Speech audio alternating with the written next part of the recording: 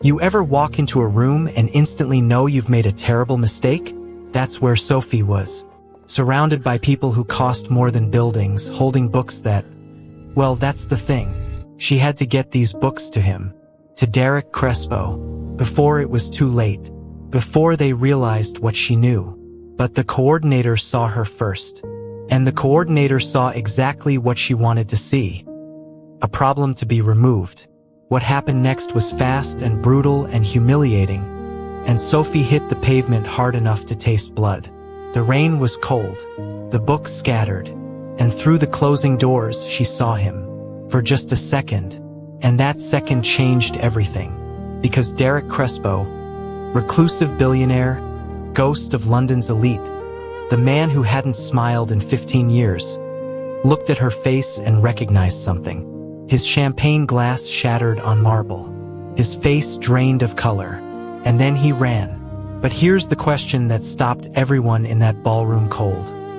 Why? Why would the most powerful man in Britain abandon his own gala to chase after a woman covered in rain and blood? What did he see that no one else could? They ignored her. They looked away. Don't be like them. If you're still here, subscribe, like, and tell me in the comments what you would have done. Sophie had practiced this moment 1,000 times. In her tiny flat with the leaking ceiling, in the library where she spent 18-hour days, on the tube ride across London clutching books that weighed more than her resolve. She'd rehearsed what she'd say when she saw him, how she'd hand over the research, how she'd finally tell Darrick Crespo that his father didn't just die, he was murdered. But standing in the marble entryway of the Crespo Foundation Gala, watching crystal chandeliers throw light across faces that cost more to maintain than her yearly rent, Sophie realized she'd practiced everything except how to actually get inside. The invitation in her pocket was real. She'd verified it 3 times. Dr. Sophie Chen, plus guest, invited by the late Dr. Edmund Crespo himself 15 years ago, before he died under circumstances the coroner called natural but Sophie knew were anything but. The invitation was yellowed, creased, probably invalid, but it was all she had. That and the books. 2 leather-bound journals that looked like cheap notebooks but contained encryption keys to offshore accounts worth billions. Research that could cure a disease the medical community thought was incurable. Evidence of a murder covered up so well that even the killer's own son didn't know he was being slowly poisoned too. Sophie clutched them tighter and stepped forward. The woman at the registration desk didn't look up. She was beautiful in that expensive way, where even her disinterest seemed curated. Her name tag read Victoria Ashford, Events Coordinator. Sophie cleared her throat. Nothing. She cleared it again, louder this time. Victoria's eyes flicked up, did a full sweep of Sophie's second-hand dress, her worn sneakers, her rain-damp hair, and something shifted in her expression. Not surprise, recognition, like she'd been expecting this exact problem. "Can I help you?" Victoria's voice was silk over steel. "I'm on the guest list. Dr. Sophie Chen."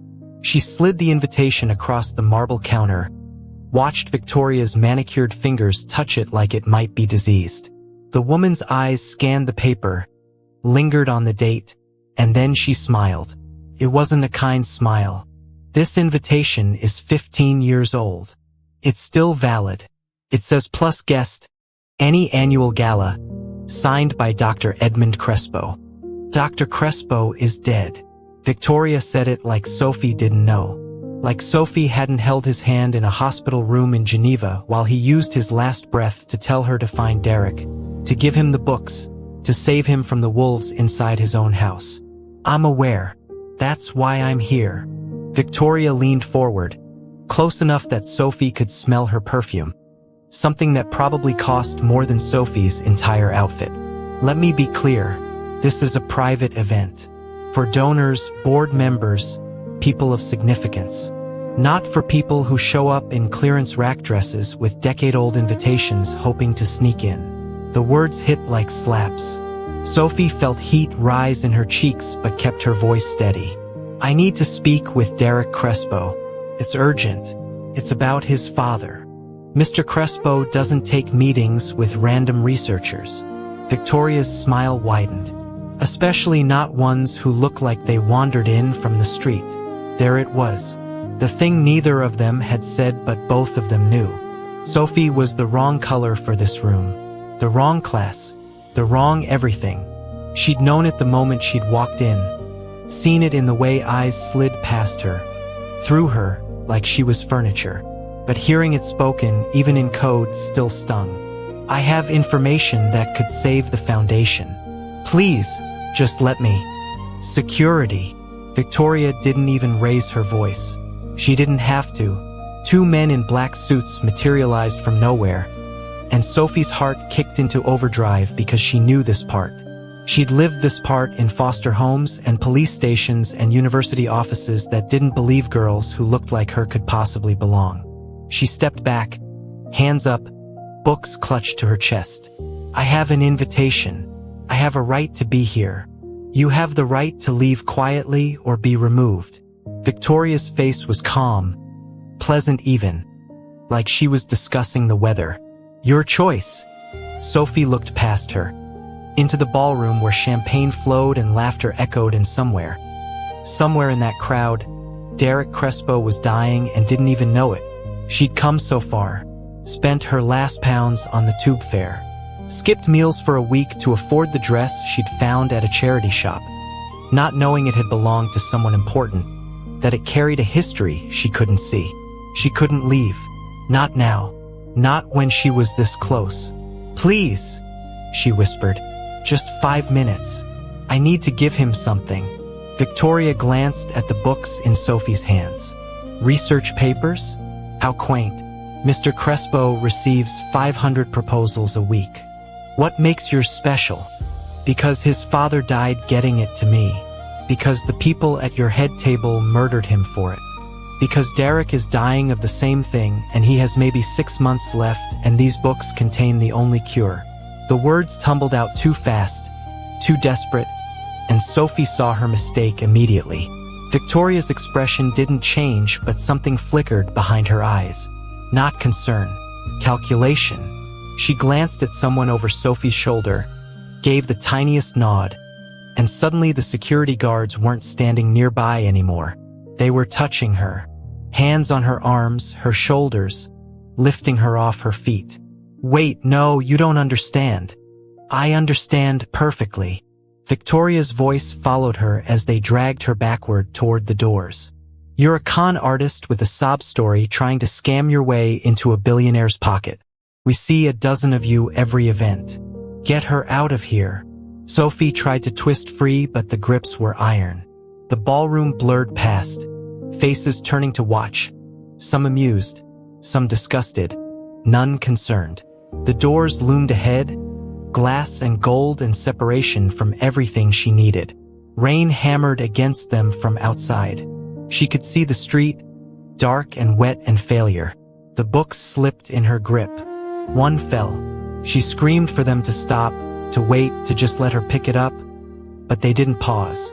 They shoved her through the doors into the cold and the rain, and she hit the pavement so hard her teeth clacked together. Pain exploded in her palms. The rain soaked through her dress in seconds. The second book landed beside her, pages fluttering, and Sophie scrambled for them both, fingers slipping on wet leather. Behind her the doors swung shut with a heavy, final sound. Through the glass she could see the warmth, the light, the party continuing like she'd never existed. And then, for just a moment, she saw him, Darrick Crespo, standing at a table near the window, looking right at her. Their eyes met through the rain-streaked glass and his champagne glass slipped from his fingers. His face went white, not pale, white, like he'd seen a ghost. His mouth formed a single word. Sophie. The marble floor was cold against her knees. Sophie's palms stung where the pavement had torn skin, mixing blood with rainwater, but she couldn't feel it. Not really. All she could feel was the weight of 15 years collapsing into this single moment. She'd found him, after searching through hospital records and foundation directories and society pages. After spending every pound she had on a train ticket from Edinburgh, after believing he might not even remember her, there he was. And he'd said her name. Inside the ballroom, chaos erupted. Darrick's champagne glass shattered against the marble, sending crystal shards skittering across the floor. People jumped back from their tables. A woman in diamonds shrieked, but Darrick didn't notice. He was already moving, shoving past a waiter, knocking a tray of canapes into the air. His chair crashed backward. His hand hit the table hard enough to rattle every glass on it. Stop! The single word cut through the orchestra, through the laughter, through the carefully constructed atmosphere of wealth and power. Every head in the room turned. The security guards at the door froze, hands still gripping Sophie's arms. She could feel their confusion in the way their fingers loosened slightly, in the way they looked at each other trying to decide what to do. Darrick shoved through the crowd like a man drowning. His face had gone from white to gray, his breathing ragged. People reached for him, asking if he was all right, if he needed help, but he pushed past them all. A woman in a silver gown tried to catch his arm, and he jerked away so violently she stumbled. His eyes never left Sophie's face, never left the ghost he thought he'd lost 15 years ago, bleeding on his doorstep in the rain. Let her go. His voice was hoarse, barely recognizable. Let her go right now. The guards released Sophie immediately, stepping back with their hands up like they'd been holding something radioactive. She pulled herself to her feet, legs shaking, dress clinging to her skin. Water dripped from her hair, from her hem, pooling around her sneakers. She looked like exactly what Victoria had called her, a stain. But Darrick was looking at her like she was the only real thing in a room full of holograms. He reached the doors and slammed them open. Rain blew in cold and sharp. He didn't seem to notice.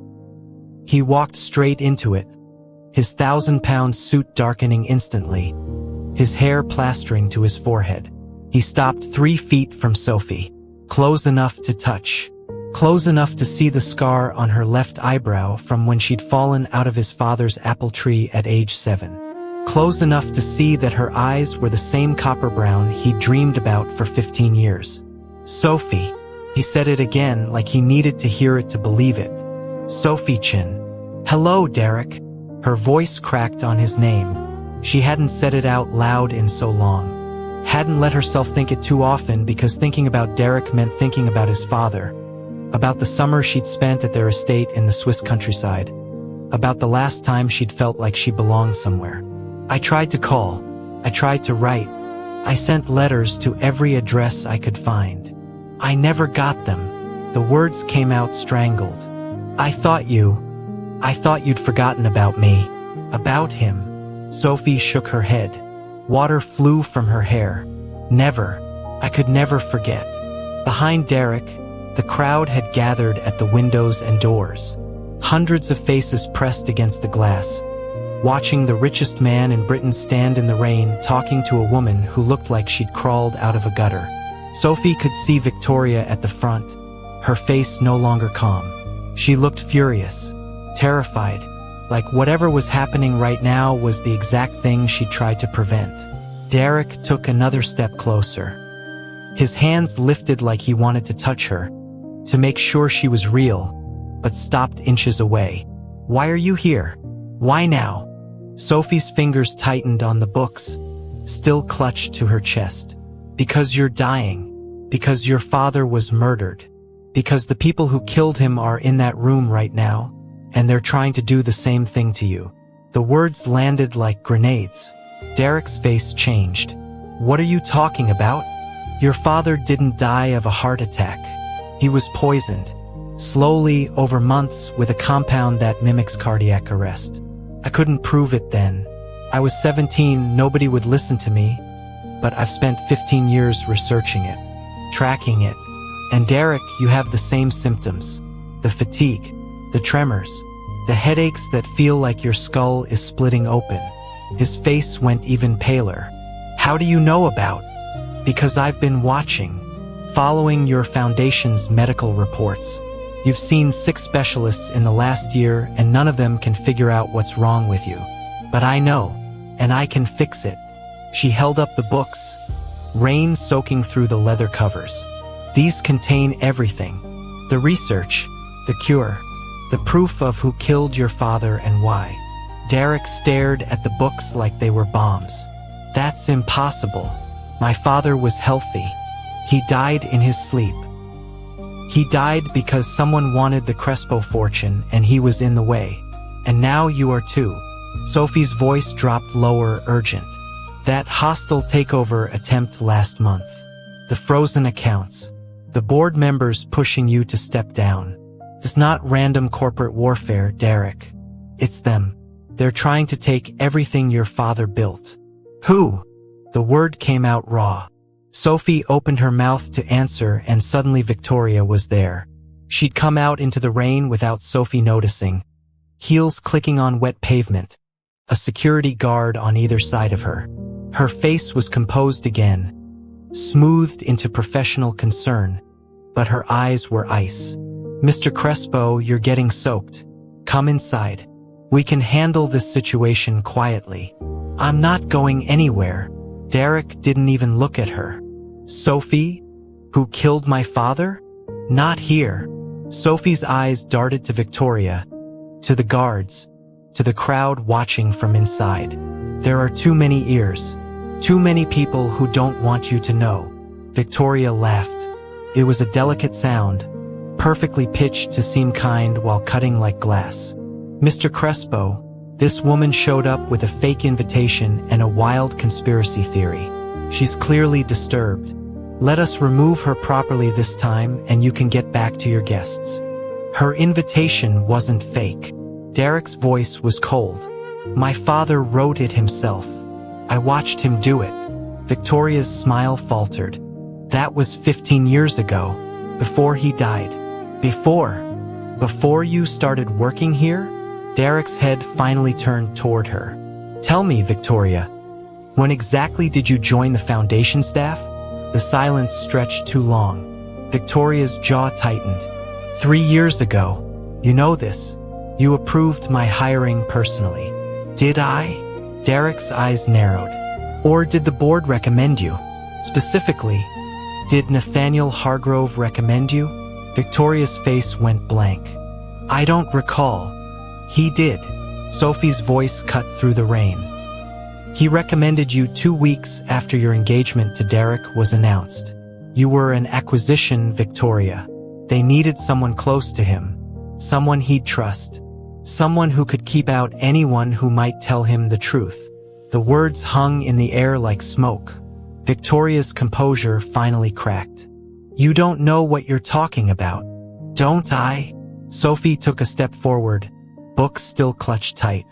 "Then explain why you recognized me the moment I walked in. Explain why you had security on standby before I even said a word. Explain why you tried so hard to get me out before Darrick could see me."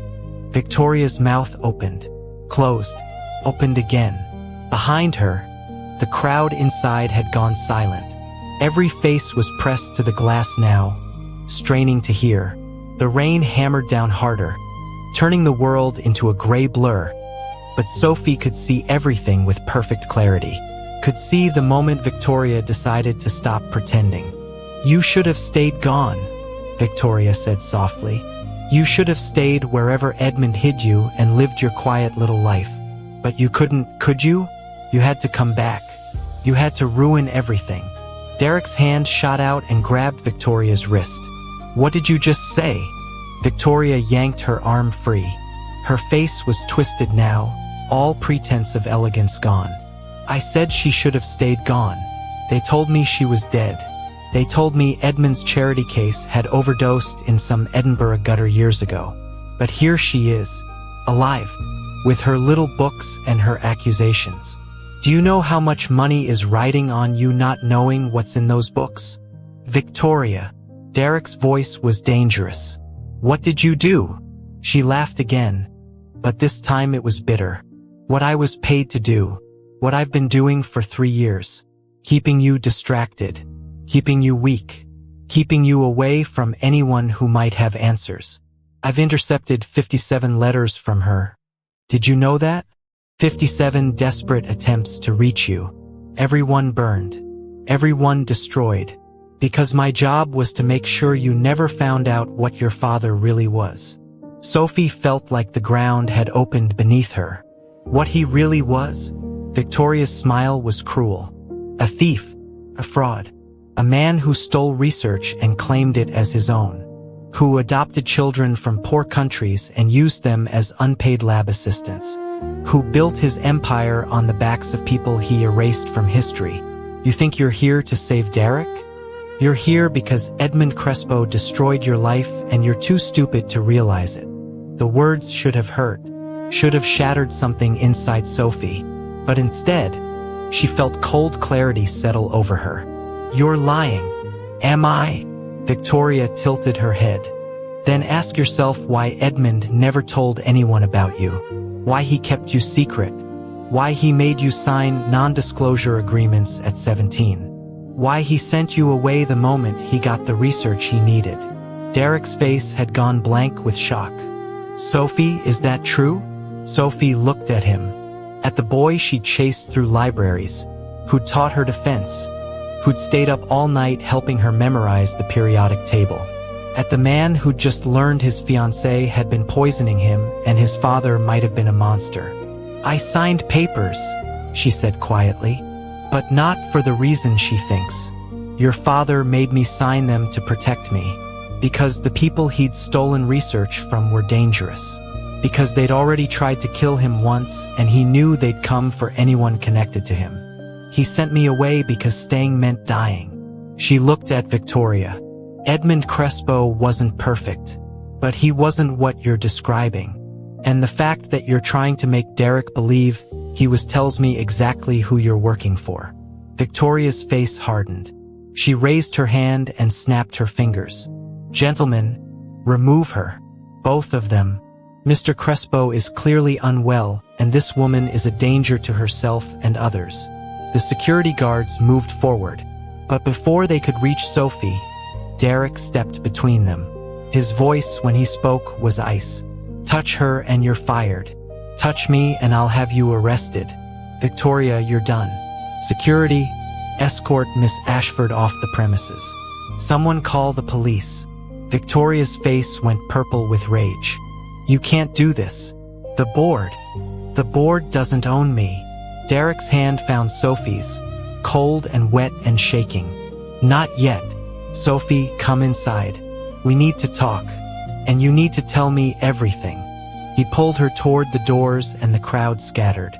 Sophie's sneakers squeaked on the marble as they crossed the threshold back into warmth and light. Behind them, Victoria was screaming something about lawyers and consequences and people making very big mistakes. But Sophie wasn't listening. She was watching the crowd part around them, watching faces drain of color, watching people she'd never met look at her with expressions of recognition and horror. And that's when she saw it.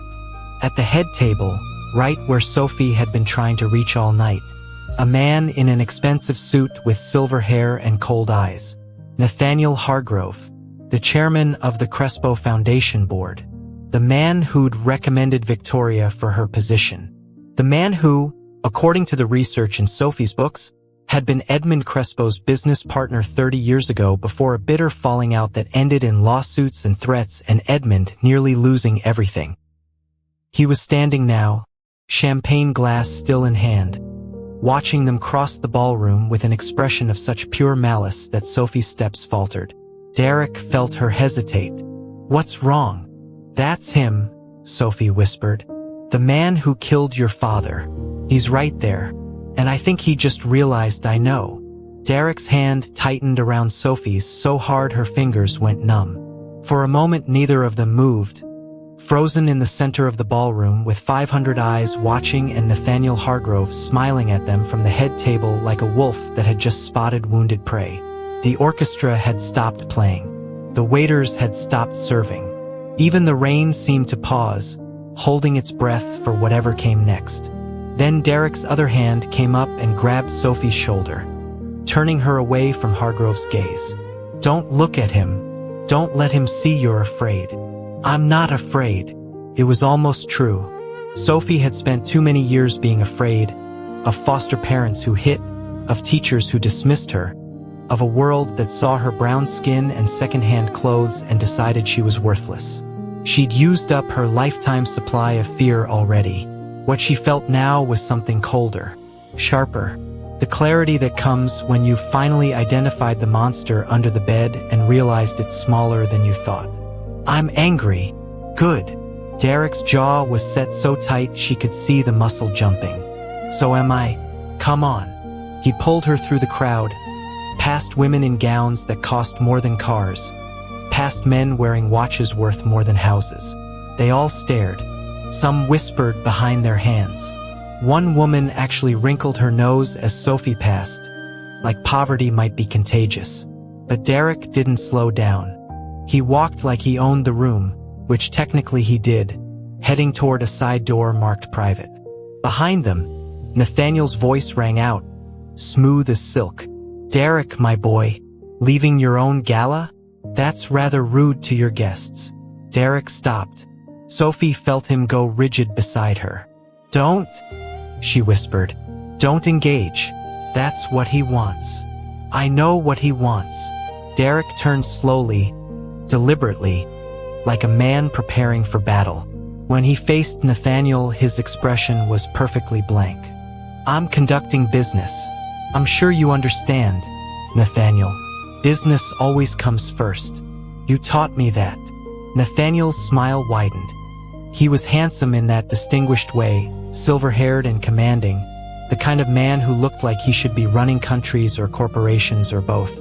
He'd been Edmund's friend once, back before Edmund discovered that Nathaniel had been stealing research data and selling it to competitors. Back before Edmund had him removed from the company with nothing but a severance check and a non-compete clause that barely slowed him down. Business, Nathaniel repeated, his eyes sliding to Sophie. Is that what we're calling it? I thought you were rescuing strays from the rain. The insult was so casual it took Sophie a moment to process it. Darrick's face went dark. Watch your mouth. Or what? Nathaniel took a step forward. Around them the crowd shifted, sensing conflict, closing in to watch. You'll fire me? I'm on the board, Darrick. I'm untouchable, unlike your little friend here. Tell me, does she have a name? Or should we just call her Problem? Her name is Dr. Sophie Chen. Darrick's voice could have frozen nitrogen. And she has more right to be here than you do. Dr. Chen.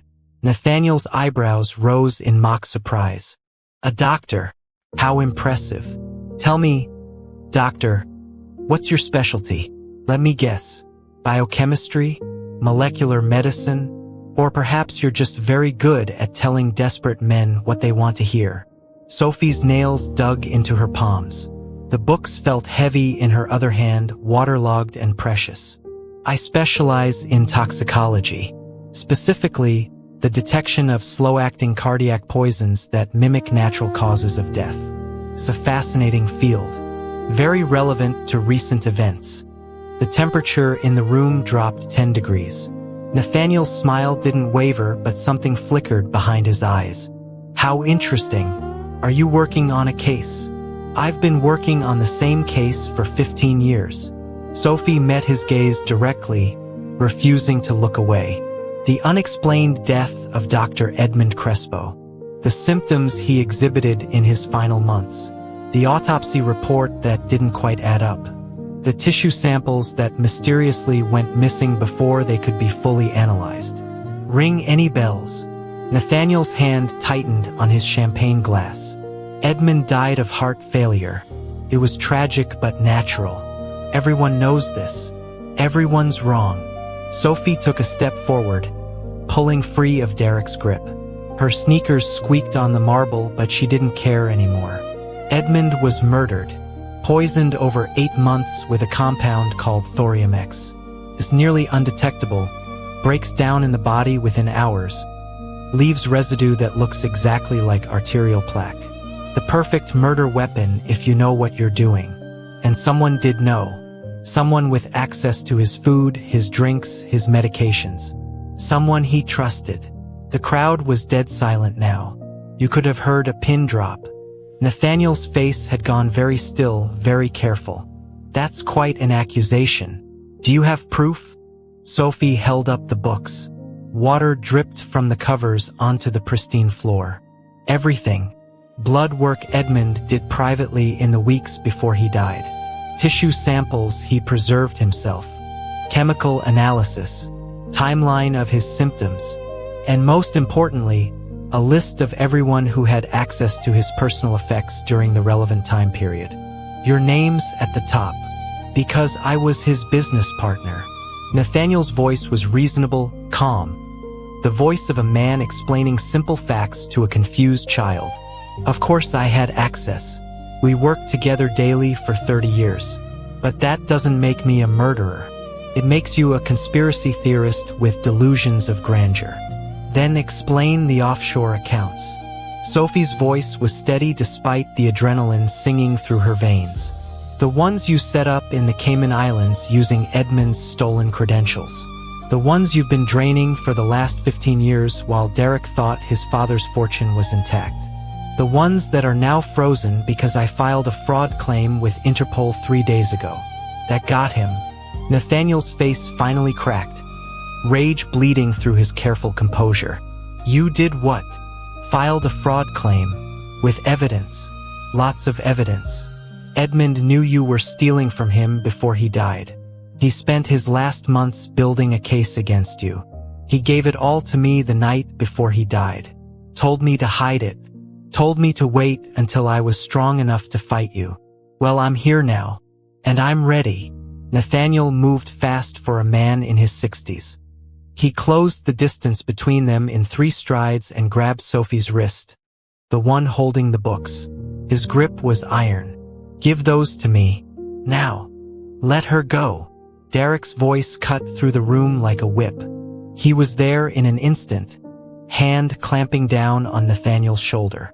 Touch her again and I'll break your arm. She has stolen property.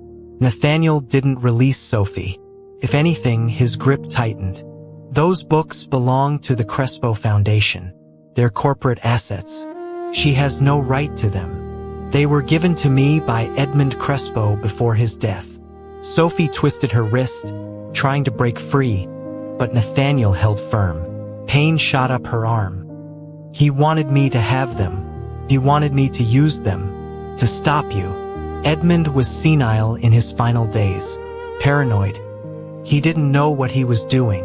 Nathaniel yanked on Sophie's wrist, trying to wrench the books away. These belong to the foundation. To the board. To me. Over my dead body, Sophie hissed. And then she did something that surprised everyone, including herself. She kneed him in the groin. Nathaniel went down like a tree, gasping, his face purple. The books tumbled from Sophie's grip and she dove for them. But suddenly there were other hands reaching, other people moving. A woman in emeralds grabbed one book. A man in a tuxedo grabbed the other. The crowd surged forward and Sophie was knocked backward into Darrick's chest. Stop! Darrick's voice boomed across the ballroom. Everyone stop moving right now. Nobody stopped. If anything, the chaos accelerated. People were shouting, grabbing, pushing. Sophie saw the woman with the book flipping through pages, her face going white. Saw the man in the tuxedo pull out his phone and start photographing pages. Saw Nathaniel struggling to his feet, murder in his eyes. And then she saw something worse. Victoria was back. She'd come in through a side entrance with 3 men Sophie didn't recognize. They weren't wearing Foundation security uniforms. They were wearing tactical gear, and they were carrying guns. Darrick, Sophie breathed. We need to leave. Now. He saw them too. His face went white. This way. He grabbed her hand and they ran. Past the crowd. Past the tables. Past Nathaniel, who was screaming for them to stop. The private door Darrick had been heading for was still 20 feet away. 15. 10. Behind them Sophie heard boots on marble. Heard Victoria's voice shouting orders. Heard the unmistakable sound of a safety clicking off. They hit the door at full speed. It burst open into a narrow service hallway, fluorescent lights buzzing overhead. Darrick slammed it shut behind them and threw the bolt. Immediately something heavy hit the door from the other side. Then again. The wood shuddered but held. That won't last long. Darrick's breathing was ragged. Come on. They ran down the hallway, sneakers and dress shoes pounding linoleum. Behind them the door burst open with a crack of splintering wood. Shouts echoed in the narrow space. Sophie's lungs burned. Her wet dress clung to her legs, making every step harder. But she didn't slow down. Couldn't slow down.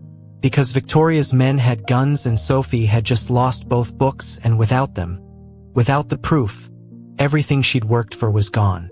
The books, she gasped. We have to get them back. Forget the books. Darrick pulled her around a corner. We need to survive first. You don't understand. Without them you die. The cure is in those books. The formula. Everything. Then we'll get them back. Later. After we're not being shot at. He yanked open another door, this one leading to a stairwell. They plunged through into darkness, the door slamming shut behind them. Darrick fumbled for his phone, turned on the flashlight. The stairs descended into blackness. Where does this go? Parking garage. We can take my car. Get somewhere safe. His face looked ghostly in the phone light. Sophie, I need you to tell me the truth. Everything Victoria said about my father, about him using you, was any of it true? Not now, Darrick. Yes, now, because I just lost control of my own gala, assaulted a board member, and fled armed men because of you and those books. Before I go any further, I need to know I'm not making the biggest mistake of my life. Sophie stopped on the stairs. Behind them, the stairwell door was rattling. They had maybe 30 seconds. Your father saved my life. When I was 7 years old, I was dying in a hospital in Beijing. Some genetic blood disorder the doctors couldn't figure out. Edmund was there doing research and he saw my file and he figured it out in 3 days. He paid for my treatment. He brought me to Switzerland to recover. And when my parents died in a car accident a year later, he could have sent me back to state care. But he didn't. He kept me. He taught me. He gave me a reason to live. Why didn't he tell me about you? Because people like Nathaniel would have used me against him. A Chinese orphan with no legal status? I was a vulnerability. So he hid me, gave me his research to study, let me work in his labs. And when he realized someone was poisoning him, he gave me everything I needed to prove it and told me to run. To stay hidden until I was strong enough to fight back. That's why I'm here. Not for money, not for revenge. For him, and for you. Because you're dying too and I'm the only one who can stop it. The stairwell door exploded open. Flashlight beams cut through the darkness. Victoria's voice echoed down. There's nowhere to go. The garage is locked. You're trapped. Darrick looked at Sophie. In the dim light, she could see him making calculations, weighing trust against instinct. Do you really have a cure? Yes. And my father. You loved him. Like he was my own. Something in Darrick's face settled. Then we run. Together. And we get those books back. And we burn Nathaniel's life to the ground. He grabbed her hand and they plunged down the stairs into darkness. Boots thundering behind them. Racing toward an exit that might not exist and a future that was suddenly, impossibly, alive with hope. The parking garage smelled like oil and concrete and fear. Darrick's hand was slick with sweat in Sophie's grip as they hit the bottom of the stairs and burst through the exit door. Fluorescent lights flickered overhead, casting everything in sickly yellow. Rows of luxury cars stretched out before them, silent witnesses to their panic. Behind them, boots hammered on stairs, getting closer. There. Darrick pointed to a black Mercedes in the corner. That's mine. They ran, Sophie's sneakers squeaking on polished concrete. Her lungs burned. Her legs screamed. Behind them, the stairwell door crashed open and Victoria's voice rang out. Split up. Cover all exits. They don't leave this garage alive. Alive. The word hit Sophie like ice water. They weren't just trying to stop her anymore. They were trying to kill her. Kill them both. Because she'd said too much, revealed too much, in front of too many witnesses. The secret was out, and now the only option left was elimination. Darrick fumbled with his key fob. The Mercedes chirped and its lights flashed. 20 feet away. 15. 10. Sophie could hear boots echoing through the garage. Flashlight beams sweeping across cars. They were being hunted. They reached the Mercedes and Darrick yanked open the passenger door, practically shoving Sophie inside. Get down. Stay low. Sophie crouched in the footwell, making herself as small as possible. Darrick slammed the door and ran around to the driver's side. Through the tinted windows, Sophie could see shadows moving between cars, spreading out in a coordinated pattern. These weren't regular security guards. These were professionals, military trained, the kind of people who knew how to make bodies disappear. Darrick dropped into the driver's seat and jammed the key into the ignition. The engine roared to life. Hold on.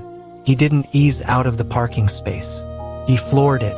The Mercedes shot backward with a screech of tires, slammed to a stop, then rocketed forward.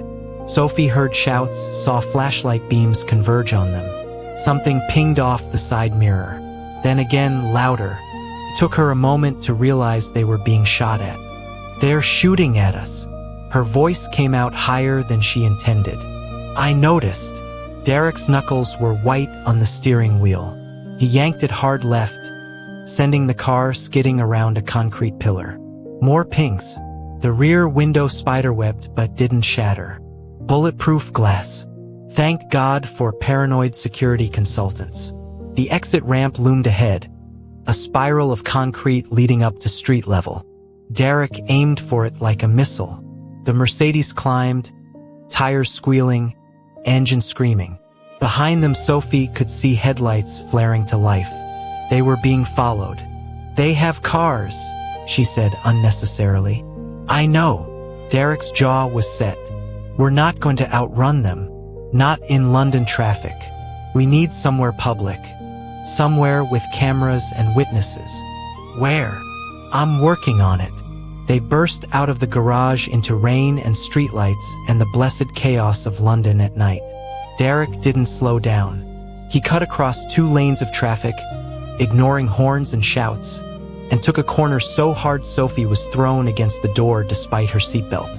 Behind them, a black SUV followed, then another. They were coordinated, professional, terrifying. Sophie's mind raced. Without the books, she had nothing. No proof of the poisoning.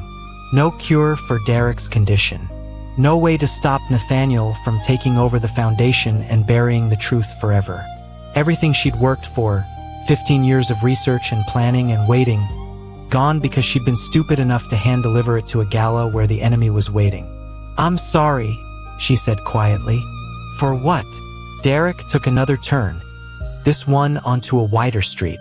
Traffic was heavier here. He had to slow down, weaving between cars. For losing the books. For putting you in danger. For... Stop. His voice was sharp. This isn't your fault. This is Nathaniel. Victoria. People who've been lying to me for years. You're the first person who's told me the truth in I don't know how long. Don't apologize for that. Behind them, the SUVs were gaining, using their size to bully through traffic. They were maybe 50 yards back now. 40. Sophie could see the driver of the lead vehicle, a man with a shaved head and cold eyes. He looked directly at her through the windshield and smiled. Darrick, they're getting closer. I see them. He grabbed his phone from the center console, never taking his eyes off the road. Call Detective Inspector Sarah Yates. She's in my contacts. Tell her where we are and that we're being pursued by armed men. Sophie grabbed the phone with shaking hands. Found the contact. Pressed call. It rang once. Twice. On the third ring, a woman's voice answered. Crespo, do you know what time it is? This isn't Darrick. My name is Sophie Chen. We're in Darrick's car being chased by armed men through central London. We need help.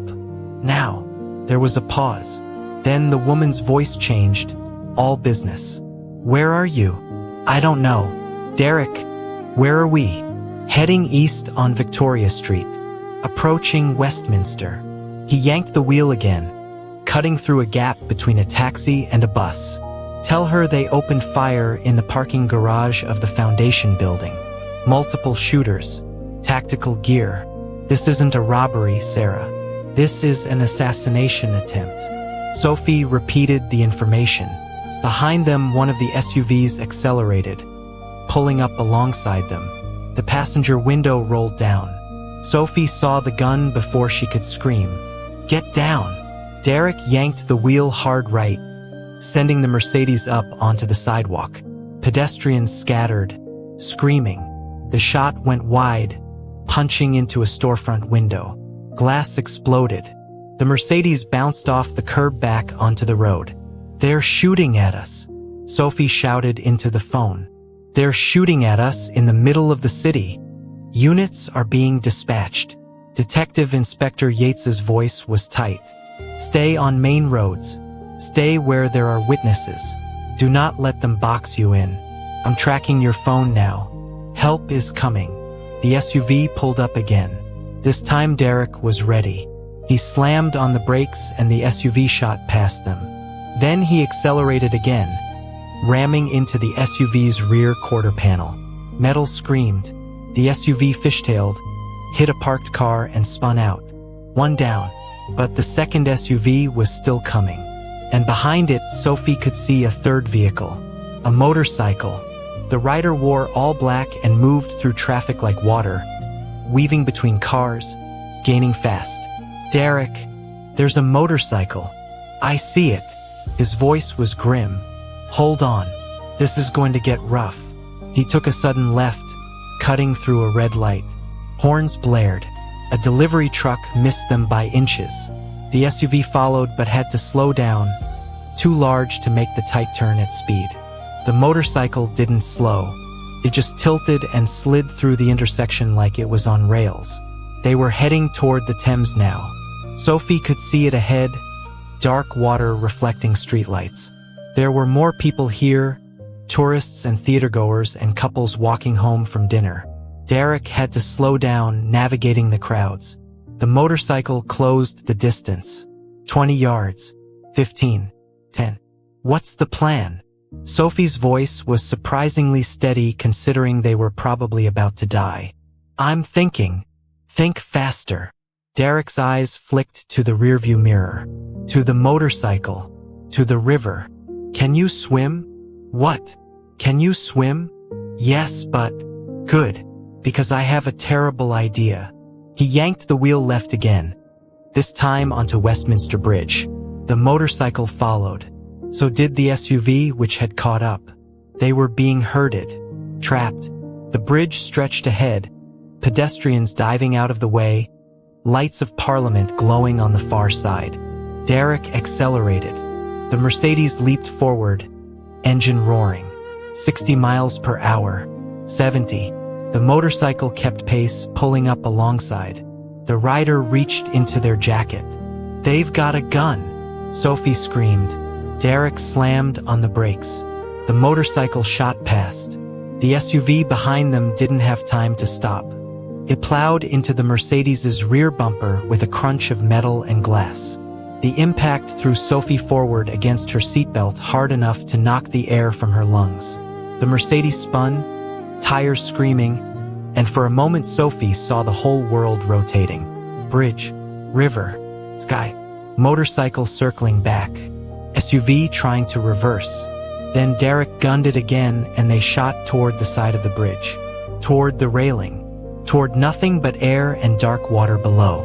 What are you doing? Sophie's hands gripped the dashboard. Saving our lives. Darrick's face was set, determined, possibly insane. Trust me. Do I have a choice? Not really. The railing rushed toward them. At the last second, Darrick yanked the wheel. The Mercedes hit the railing sideways, not head-on. Metal screamed. The railing gave way. and suddenly they were airborne, flying over the Thames, the city lights spinning around them like stars. Sophie had time to think 3 things. 1, they were going to die. 2, she'd never gotten to tell Darrick about the real reason his father adopted her. 3, she really should have learned to fly. Then they hit the water. The impact was like hitting concrete. The windshield shattered. Freezing water exploded into the car. Sophie's seatbelt locked, holding her in place as water rushed over her head, into her mouth, her nose, her lungs. She couldn't breathe, couldn't see, couldn't think. The car was sinking, tilting forward, pulling them down into darkness. Hands grabbed her. Darrick. He was fumbling with her seatbelt, trying to release it. The buckle was jammed. Wouldn't open. Wouldn't give. Sophie's lungs burned. Her vision was going dark at the edges. This was it. She'd survived 15 years of running and hiding and fighting only to drown in the Thames because of a faulty seatbelt. Then the buckle released. Darrick's arm wrapped around her waist and pulled. They kicked toward where up should be, but in the darkness Sophie couldn't tell, couldn't orient. Her clothes dragged at her. Her shoes felt like anchors. Her lungs screamed for air.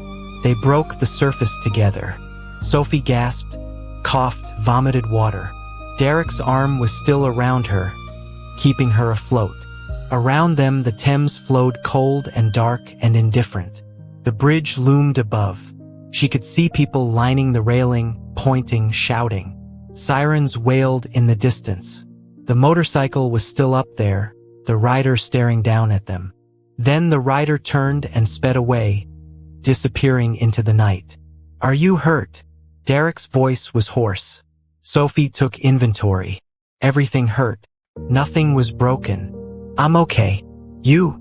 "I've been better." He coughed, water streaming from his hair. "Can you make it to shore?" Sophie looked toward the nearest bank. It seemed impossibly far. "I can try.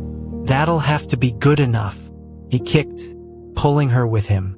They swam toward the lights, toward the sound of sirens, toward safety that might already be too late, because the books were gone. The proof was gone. And without them, Nathaniel had won. Except, Sophie's hand touched something as she swam. Something in her pocket. Something she'd forgotten about. The folded papers Edmund had given her the night before he died. Not the main research. Not the big evidence. Just copies. Just insurance in case something went wrong. Just enough to prove everything she'd said was true. She started laughing. Couldn't help it. Here they were, drowning in the Thames, hunted by assassins, soaking wet and probably in shock. And she had the proof after all. Not all of it. Not enough to cure Darrick or stop Nathaniel permanently. But enough to start. "Why are you laughing?" Darrick sounded concerned. "Because I'm an idiot." Sophie kept kicking, kept swimming. "I have copies. Not of the research. Of the proof. The timeline. The account numbers. The evidence of Nathaniel's fraud. It's been in my pocket this whole time." Darrick stopped swimming, stared at her. Then he started laughing too. A wild, slightly hysterical sound that echoed across the water. "You have copies. I have copies. You beautiful, brilliant, ridiculous woman. You have copies." They reached the shore together and collapsed on the muddy bank, gasping, freezing, alive. Above them, red and blue lights painted the night. Police were swarming the bridge. An ambulance screeched to a stop nearby. People were running toward them, shouting, reaching to help. But before anyone reached them, Darrick turned to Sophie. His face was pale, lips blue from cold, hair plastered to his forehead. He looked half-drowned and completely serious. "Marry me." Sophie blinked water from her eyes. "What?" "Marry me. Right now. Today. As soon as we're dry." His hand found hers in the mud. "Not because I love you. I don't know, I just met you again an hour ago. But because you're the only person I trust. The only person who's told me the truth. And if I'm dying, if I have 6 months left, I want to spend them with someone who actually gives a damn. Someone who'll fight for what's right. Someone like you." Sophie stared at him. At this man she'd known as a boy, lost as a teenager, found as an adult. At this billionaire who'd just driven a Mercedes off a bridge to save her life. At this dying man who didn't know that his father had legally made her his sister, which meant marriage was definitely not an option and also deeply weird. "I can't marry you," she said gently. His face fell. "Oh, okay, I understand. That was crazy. Forget I said anything. I can't marry you because your father adopted me, legally, in Switzerland, which makes me your sister, which makes that proposal both illegal and extremely uncomfortable." Darrick's mouth opened, closed, opened again. "I'm sorry, what?" Surprise. Sophie's smile was weak. "You have a sister. Me. The papers are in the books. The real books. The ones we just lost. Along with the cure and the evidence and everything else we need. So no, I can't marry you. But I can help you get your life back. Our life. The one Nathaniel stole." Darrick lay back in the mud, staring up at the night sky. "I have a sister. You have a sister. My father adopted you and never told me. He was protecting us both. And the woman I just proposed to is my legal sibling. Also, yes. I need a drink." He closed his eyes. "Or therapy. Possibly both." Sophie squeezed his hand. Around them paramedics were arriving, wrapping them in thermal blankets, checking vitals, asking questions neither of them answered. She could see Detective Inspector Yates pushing through the crowd, her face grim. This night was far from over, but for just a moment, lying in the mud with her brother, both of them alive despite everything. Sophie let herself feel something she hadn't felt in 15 years. Hope. The hospital room smelled like antiseptic and bad decisions. Sophie sat on the edge of a cot, wrapped in a thermal blanket that crinkled every time she moved, watching a nurse take Darrick's blood pressure for the third time in 20 minutes. The nurse's face was professionally concerned, the kind of expression that meant the numbers weren't good. Darrick's face was worse, gray pale, eyes ringed with exhaustion, hands trembling as he tried to hold a cup of tea someone had brought him. He was dying. Sophie could see it now, without the distraction of gunfire and drowning. The slight tremor in his fingers, the way he had to concentrate to keep his breathing steady, the sheen of sweat on his forehead despite the cool room. All symptoms of thorium X poisoning in its advanced stages. Without the cure, without the full research from those books, he had maybe 4 months. Maybe less. Detective Inspector Sarah Yates stood by the window, arms crossed, radiating controlled fury. She was younger than Sophie expected, maybe 40, with sharp eyes and graying hair pulled back in a practical bun. She'd been asking questions for the last hour and Sophie had answered as many as she dared, which was approximately none of the important ones. "Let me get this straight." Yates's voice could cut glass. "You attend a private gala with a 15-year-old invitation.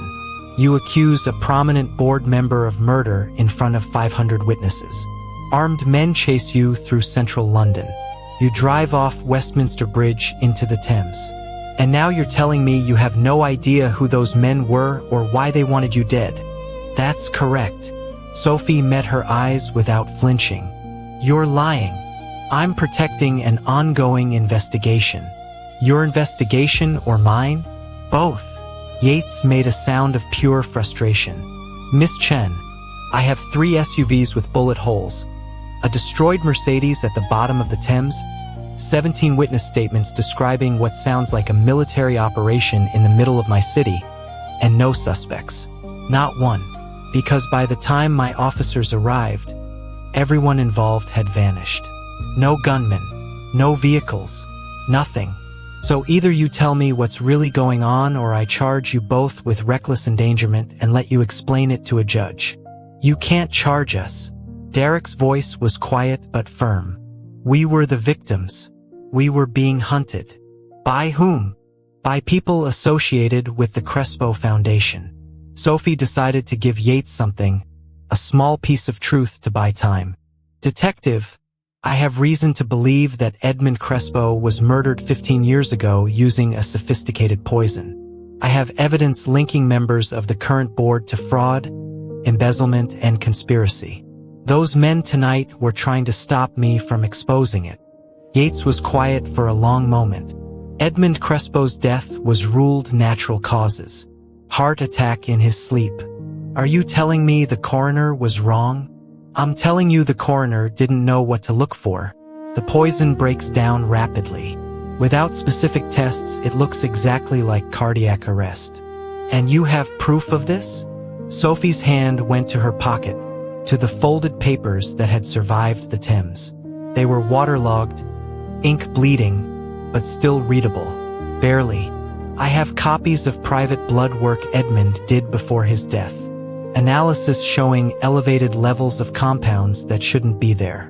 Timeline of symptoms. Names of people with access to his food and medication. I want to see them. Not yet.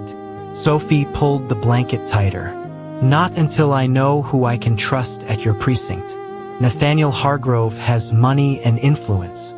If those papers disappear into evidence and never resurface, we lose everything. That's not how this works. That's exactly how this works.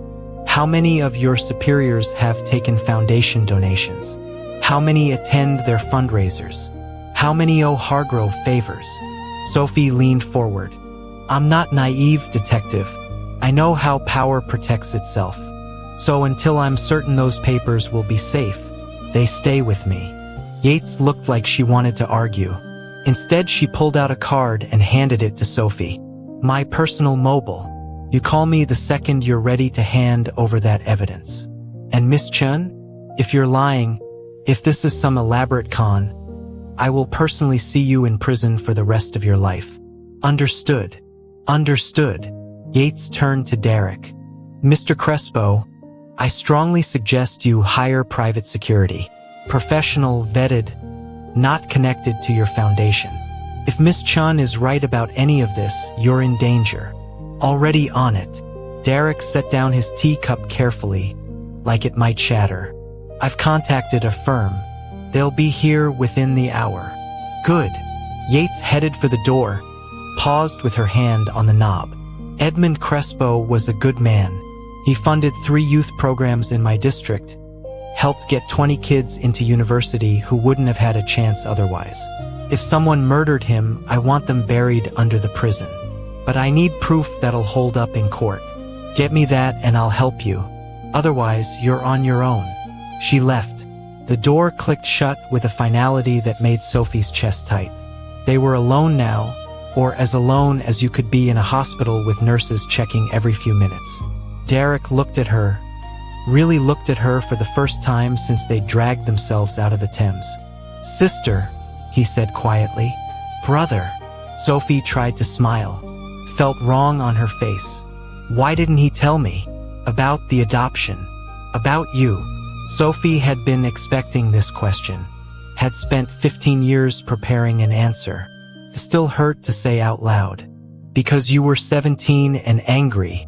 Because your mother had just left and Edmund was working 20-hour days trying to save the foundation from bankruptcy. Because bringing home a Chinese orphan he'd legally adopted in secret would have looked like a midlife crisis instead of what it was. An act of love. I wouldn't have cared. About where you came from. What you looked like. I was lonely, Sophie. After my mother left, it was just me and him and that enormous empty house. I would have loved having a sister. I know. Sophie's voice cracked. Edmund knew too.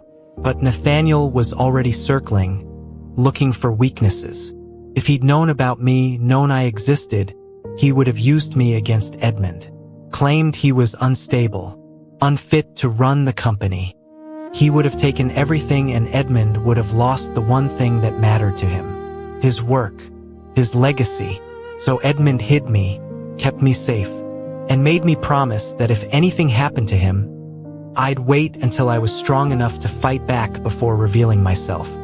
15 years, Darrick whispered. You waited 15 years. I had to be sure.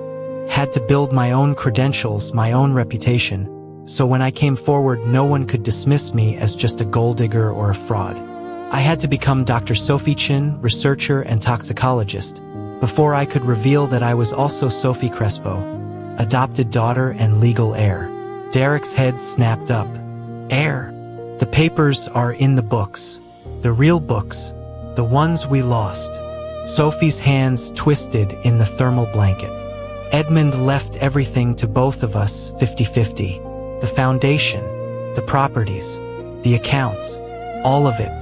But the will was sealed, hidden, set to be revealed only if you died or if I came forward with proof of his murder. He was protecting us both, making sure Nathaniel couldn't kill you to get the inheritance because half of it would go to me. A secret heir he didn't know existed. But now he knows. Now he knows. Sophie's voice was grim. Which means we're both targets. Which means we need to get those books back before Nathaniel destroys them. And we need to do it fast because without the cure, you're dead in 4 months and I'm an orphan again. Darrick was quiet for a long moment. Then he laughed, sharp and bitter. This is insane. This entire night is insane. I woke up this morning thinking my biggest problem was giving a speech at a gala. Now I'm being hunted by assassins. I have a secret sister. I'm dying of poison. And my fiancé is apparently a hired killer. When exactly did my life become a thriller novel? Around the time you drove off a bridge. Fair point. He rubbed his face. Victoria. God, I almost married her. I proposed last month. She said yes. We were planning a spring wedding. How long was she poisoning me? Based on your symptoms? At least a year. Maybe longer. The poison builds slowly, mimicking natural illness. You probably thought you were just stressed, overworked. She would have been so caring, so concerned, bringing you tea and encouraging you to rest while slowly killing you. Sophie's hands clenched. Edmund went through the same thing. His last girlfriend, the one who was with him when he died. She disappeared the day after his funeral. No trace, no forwarding address. We never found her. You think Victoria will disappear too? I think Victoria is already gone. She's smart enough to know that staying means answering questions she can't afford to answer. She'll vanish, reappear somewhere else with a new name and a new target. That's how these people work. They're professional, organized, funded by someone with resources. Nathaniel, Sophie confirmed. He's been planning this for decades, waiting for the right moment to take everything Edmund built.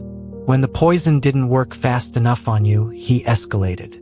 The hostile takeover, the frozen accounts, the coordinated assault tonight. He's desperate now. Sloppy.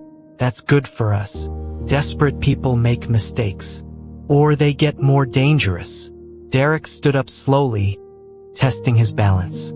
He swayed slightly but stayed upright. We need to go back.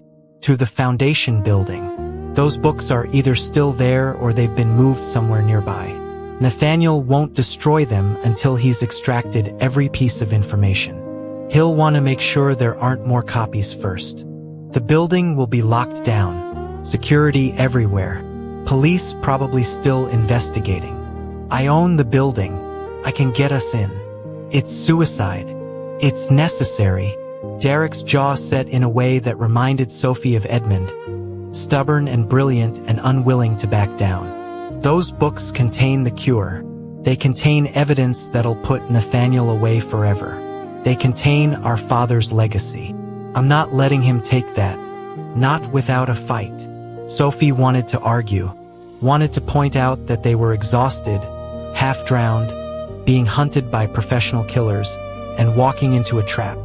But she knew that expression. Knew it meant Darrick had made up his mind and nothing she said would change it. She'd seen the same look on Edmund's face the night he gave her the books and told her to run. Okay, she said quietly. We go back. But we're not going alone. We need backup. Real backup. People we can trust. I don't know who to trust anymore. Then we find someone. There has to be someone at the foundation who isn't on Nathaniel's payroll. Someone loyal to Edmund. Someone who'll help us. Darrick thought for a moment. Marcus Webb. He was my father's head of security for 20 years. Retired 5 years ago but stayed on as a consultant. If anyone was loyal to Edmund, it's him. And he never liked Nathaniel. Called him a snake at my father's funeral. I thought he was just bitter about being forced into retirement. Where is he now? Last I heard, he runs a private security firm. Does jobs for museums and galleries. The kind of work that requires discretion and connections. Darrick pulled out his phone, miraculously still functional despite the Thames. I'll call him, tell him we need help. If he's the man I remember, he'll come. And if he's not, then we improvise. Darrick's smile was grim. We're good at that apparently. We did just survive a car chase, a shooting, and drowning. What's one more impossible situation? The door opened and a nurse poked her head in. Mr. Crespo, your private security has arrived. 3 men, very serious looking. Should I send them in? Not yet. Give us 5 minutes. Darrick waited until the nurse left, then turned to Sophie. Before they get here, before we go back into that nightmare, I need to ask you something. The cure. In those books, you really have it? This isn't hope. This is real. Sophie met his eyes. It's real. Edmund spent his last year developing it, using his own deteriorating condition as a test case. He was too far gone by the time he perfected it, but his notes are complete. Formula, dosage, administration. Everything. If we get those books back, I can save you. I promise. Don't promise what you can't deliver. I never do. Sophie stood up, letting the thermal blanket fall away. She was still wearing the dress from the gala, now stained with Thames water and torn at the hem. She looked like a disaster, felt like a weapon. I didn't spend 15 years studying toxicology to watch my brother die of the same poison that killed our father. We get those books back, we cure you, and then we take Nathaniel apart piece by piece until there's nothing left but regret and prison bars. Darrick's smile was real this time, sharp and dangerous. I like this plan. It's terrible, probably suicidal, definitely insane. But I like it. Good. Because I don't have a backup plan. Even better. He offered his hand. Partners. Sophie took it. His grip was weak, trembling, but determined. Family. Family, he agreed. And for the first time since Edmund died, Sophie let herself believe they might actually survive this. The door opened again and 3 men in tactical gear walked in, moving with the careful precision of people who'd seen combat and lived. The lead man was older, maybe 60, with a scar bisecting his left eyebrow and eyes that missed nothing. He looked at Darrick, then at Sophie, then back to Darrick. Marcus Webb. His voice was gravel. You called. Said you needed help with a hostile situation. Didn't mention it involved your dead father, a secret sister, and enough conspiracies to fill a season of television. Want to explain what the hell is going on? Darrick glanced at Sophie. She nodded. He turned back to Marcus. How much time do you have? I'm currently billing you £3,000 an hour for my time and expertise. I have all the time you need. Good. Darrick's smile was wolf-like. Because we're about to commit several crimes, possibly get shot at again, and hopefully expose a 15-year-old conspiracy to murder my father and steal his fortune. You in. Marcus's face didn't change. I've had slower Tuesdays. Brief me on the way. We move in 30 minutes. And just like that, they had an army. Small, expensive, and probably illegal, but an army nonetheless. Sophie watched them file out to prep equipment and felt something shift in her chest. This was it. The moment she'd been building toward for 15 years. Tonight, they'd go back into the foundation building. Tonight, they'd get those books. Tonight, they'd start dismantling everything Nathaniel had built on Edmund's grave. Or they'd die trying. Either way, the waiting was over. The foundation building looked different at 3 in the morning. Empty. hollow, like a corpse wearing expensive clothes. Sophie stood across the street wrapped in borrowed clothes from Marcus's team, dry finally but still cold in a way that had nothing to do with temperature. Beside her, Darrick studied the building through binoculars, his face illuminated by streetlights and determination. 3 guards on the front entrance, 2 on the side, none on the back, but that's where the cameras are most dense. He lowered the binoculars. They're not Foundation security. Wrong uniforms. Nathaniel brought in his own people. Can Marcus get us past them? Sophie asked. Marcus can get us past anything short of a nuclear bunker. Question is what we find inside. Darrick handed her the binoculars. Look at the 3rd floor, southeast corner. That's the library where the gala was held. Lights are still on. Sophie looked. He was right. While the rest of the building sat dark, that one section blazed like a beacon. Through the windows she could see shadows moving. People searching. They're still looking for the books, which means they haven't found them yet. Darrick's voice held a thread of hope, which means we might have a chance. Marcus appeared from the shadows, moving silently despite his size and gear. His team flanked him, 3 ghosts in tactical black. Buildings locked down tight.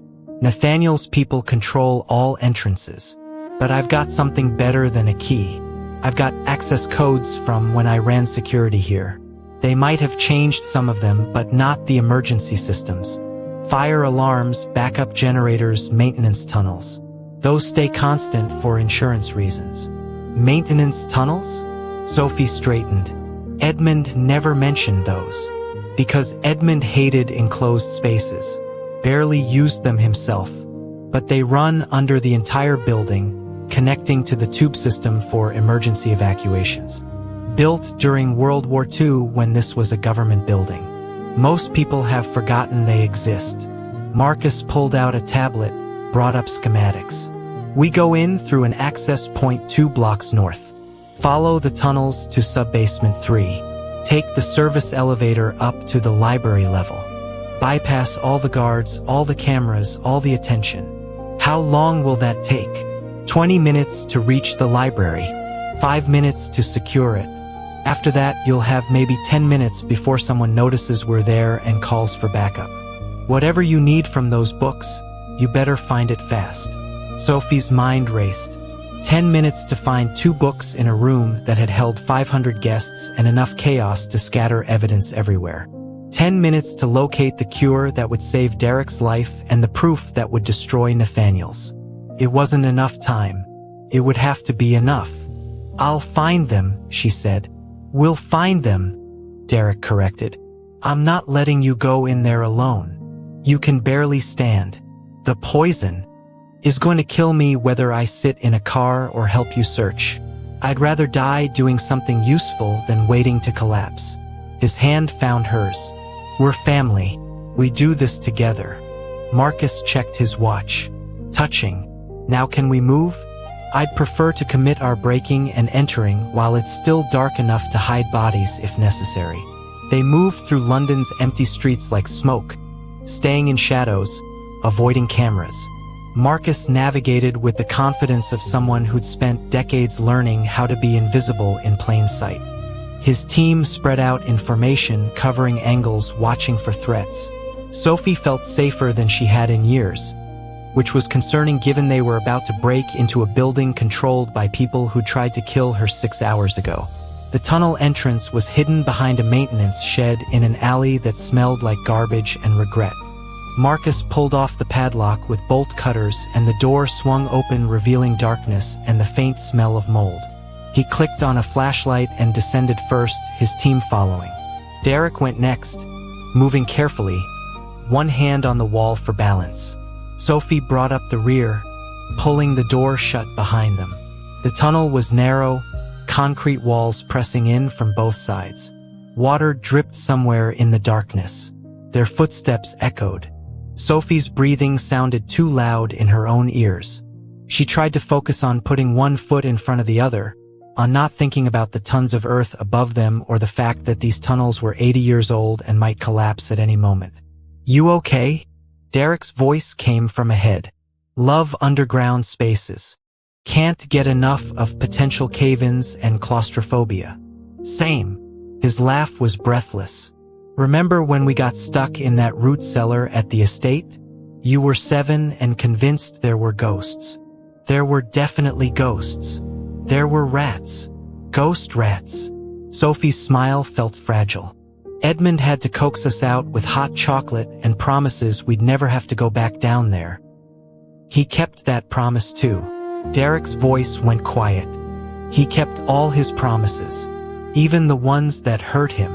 They walked in silence after that, following Marcus through twists and turns that all looked identical in the flashlight beams. Sophie tried to memorize the route but gave up after the 4th intersection. If they had to run, they'd be doing it blind. After what felt like hours but was probably 15 minutes, Marcus held up a fist. Everyone stopped. He pointed up at a ladder bolted to the wall, leading to a circular hatch in the ceiling. That's our entrance. Subbasement 3. Service elevator is 20 meters east. No cameras in this section, at least there weren't 5 years ago. We go up fast and quiet. Once we're in the building proper, assume we're being watched. He climbed first, testing each rung. At the top, he worked the hatch open with practiced movements and pulled himself through. One by one, his team followed. Then Darrick, moving slower, his arms shaking with effort. Sophie climbed last, hands slipping on wet metal, and emerged into a dim hallway that smelled like industrial cleaner and old paper. Marcus was already at the elevator, tablet out, hacking the access panel. 30 seconds. Sophie looked around. They were in a storage area, floor-to-ceiling shelves packed with archived files and supplies. Everything was labeled, organized, preserved. Edmund's influence. He'd always insisted that history mattered, that records should be kept, that truth needed witnesses even if no one was looking. She wondered if he'd known that truth would eventually be used against the people who tried to bury it. The elevator dinged softly. Marcus waved them in. They crowded into the small space, 6 people in tactical gear and 2 half-drowned conspiracy theorists, and Marcus hit the button for floor 3. The elevator lurched upward. When those doors open, we move fast. Marcus's voice was barely a whisper. My team secures the perimeter. You two find your books. 10 minutes on my mark. Not a second longer. Understood. Sophie and Darrick nodded. The elevator climbed, floor by floor, each ding like a countdown to disaster.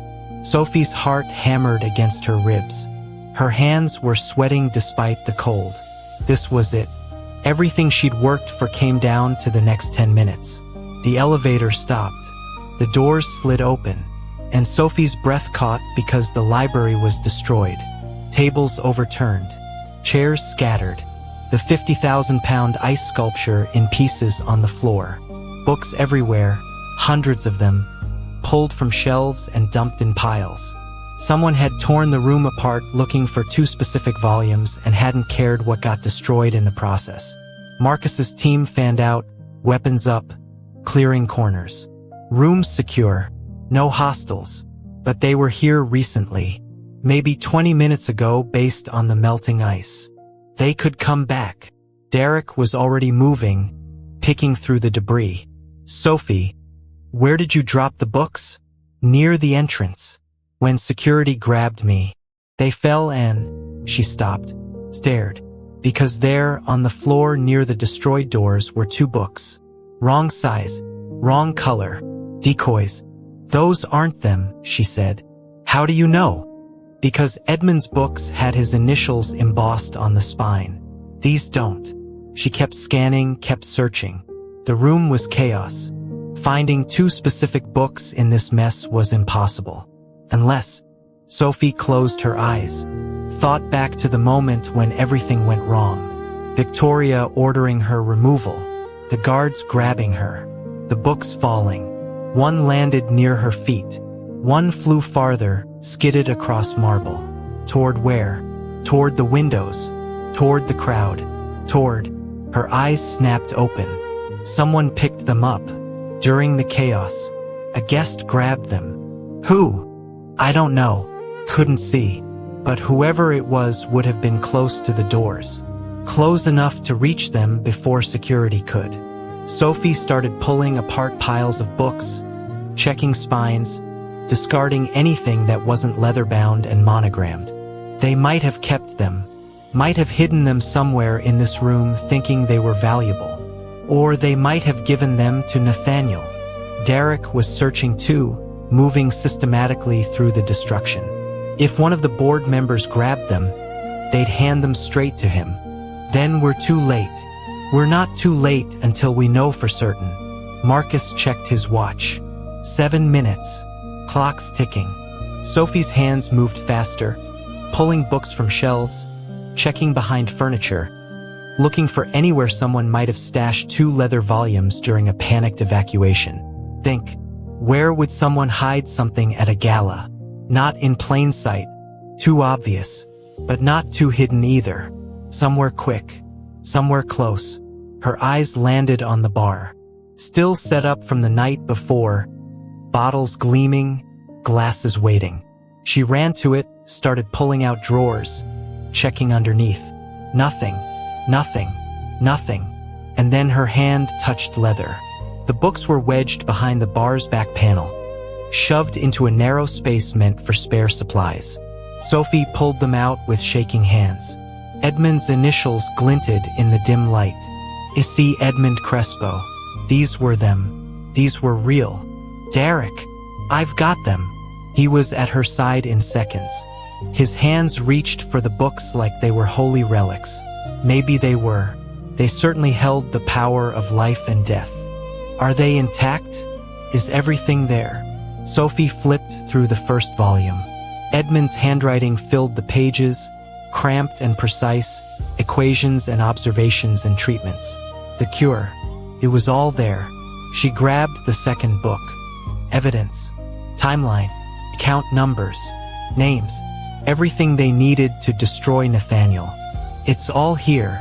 Her voice cracked. Everything. We can save you. We can stop him. We can. Company. One of Marcus's team called from the door. Multiple hostiles approaching from the east corridor. Armed. 30 seconds out. Time to go. Marcus was already moving toward the elevator. Now. Move now. They ran. Darrick clutched one book, Sophie the other. Their feet pounding marble as behind them voices shouted and boots thundered. The elevator was still open, waiting. They dove inside. Marcus hit the button for the basement as gunfire erupted. Bullets sparked off the closing doors. And then they were descending, dropping back into darkness and safety. That was closer than I like. Marcus's face was grim. They'll lock down the building. We can't use the tunnels to get out. They'll flood them with tear gas or worse. Then how do we get out? Sophie's grip on the book was white-knuckled. Service entrance. West side. Leads to an alley that connects to the main road. We'll have maybe 30 seconds before they realize where we're going and cut us off. But it's our best shot. The elevator hit the basement. Doors opened. They ran again, through corridors that blurred together, Marcus leading with the confidence of someone who'd planned evacuation routes 100 times. Behind them alarms were shrieking now, the whole building coming alive with rage and lights and pursuit. They hit the service entrance at full speed. Marcus's team went through first, weapons up, checking angles. Clear. They poured into the alley and Sophie felt rain on her face. Cold and clean and perfect. They'd made it. They'd actually made it. Sirens wailed in the distance. Police or Nathaniel's people, impossible to tell. Marcus pointed to 2 unmarked vans parked at the alley's mouth. In. Now. We split up. 2 teams. Meet at the safe house in 40 minutes. Don't stop. Don't engage. Just run. Sophie and Darrick climbed into the first van with 2 of Marcus's team. The engine roared to life and they shot out of the alley into London's pre-dawn streets. Behind them, the foundation building blazed with lights, people spilling out of exits, searching for them. But they were already gone, lost in traffic, just another vehicle in a city full of them. Sophie looked down at the book in her lap, at Edmund's handwriting, at the cure that would save her brother and the evidence that would end her father's killer. They'd done it. Against impossible odds, they'd actually done it. Now what? Darrick's voice was hoarse. Now we survive long enough to use what we've got. Sophie opened the book, started reading. Formula. Ingredients. Most were common, available at any pharmacy. But 3 were rare, expensive, controlled substances that would require connections to acquire. The cure. I can synthesize it. It'll take time, but I can do it. Maybe 48 hours if I have a proper lab and the right equipment. Marcus will have contacts. People who can get us what we need quietly. Darrick leaned his head back against the seat. He looked gray, exhausted, barely holding on. And the evidence? What do we do with that? We give it to Detective Yates. All of it. Everything Edmund collected. Bank records, testimony, proof of the poisoning. We bury Nathaniel so deep he'll never see sunlight again. Sophie's hands trembled. But first we make sure you survive. Because none of this matters if you're dead. Agreed.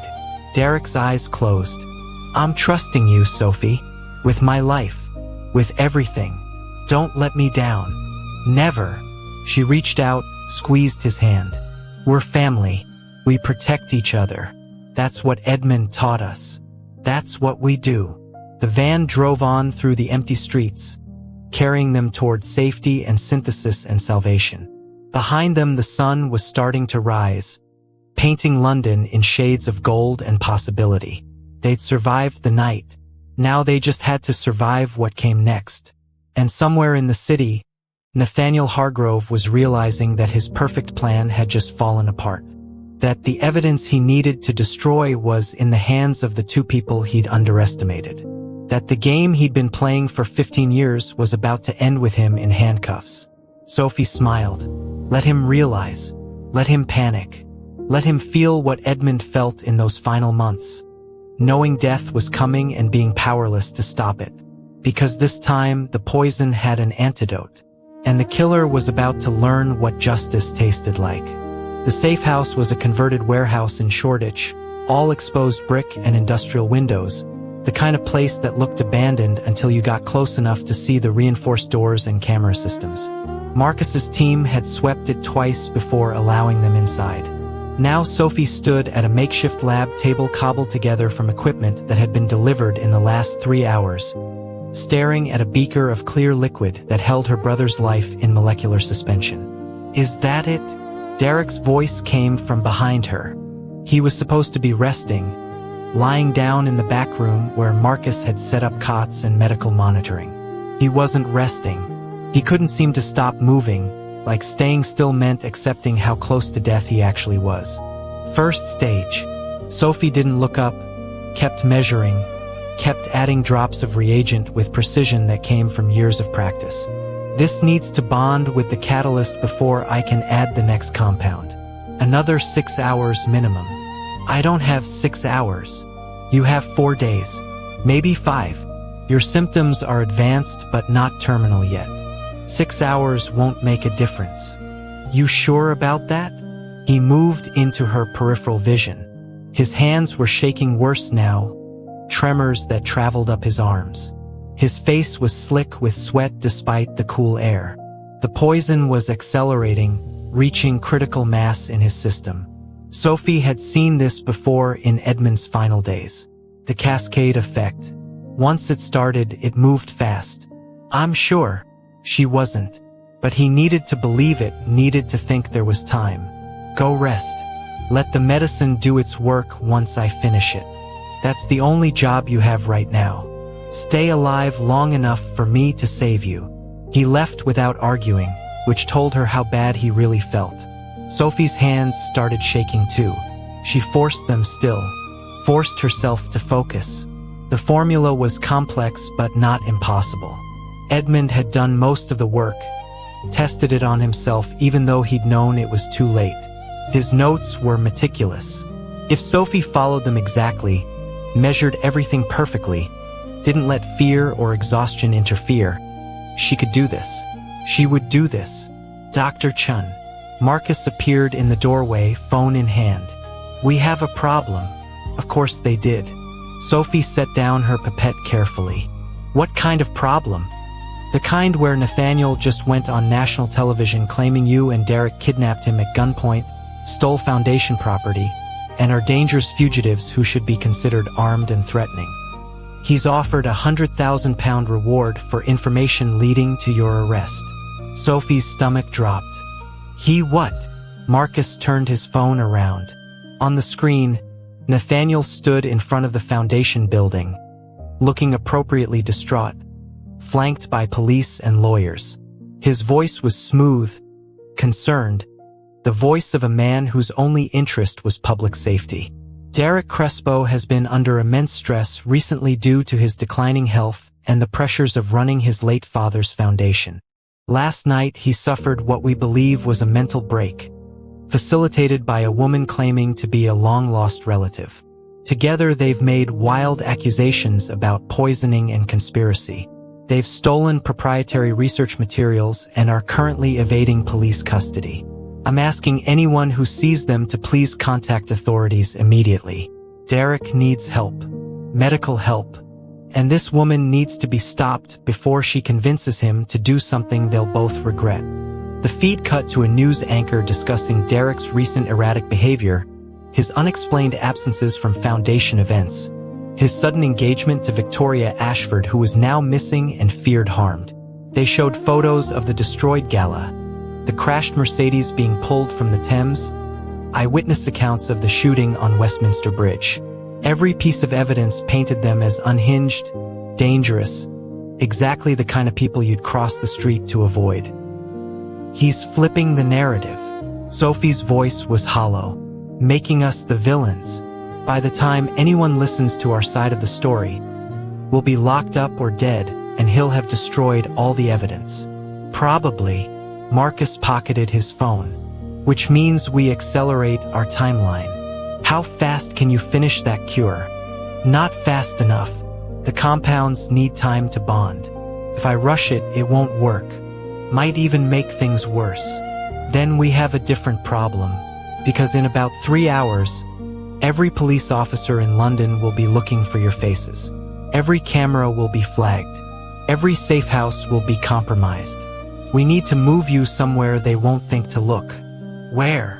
Sophie looked around the warehouse. It had seemed secure an hour ago. Now it felt like a trap, walls closing in. Nathaniel has resources, money, connections. He'll find us anywhere we go. Not anywhere. Marcus's smile was grim. I know a place, used to run security for an art collector who had more enemies than sense. He built a panic room that's completely off-grid. No digital trail, no paper records. Hidden in a townhouse in Kensington that's been sitting empty for 2 years.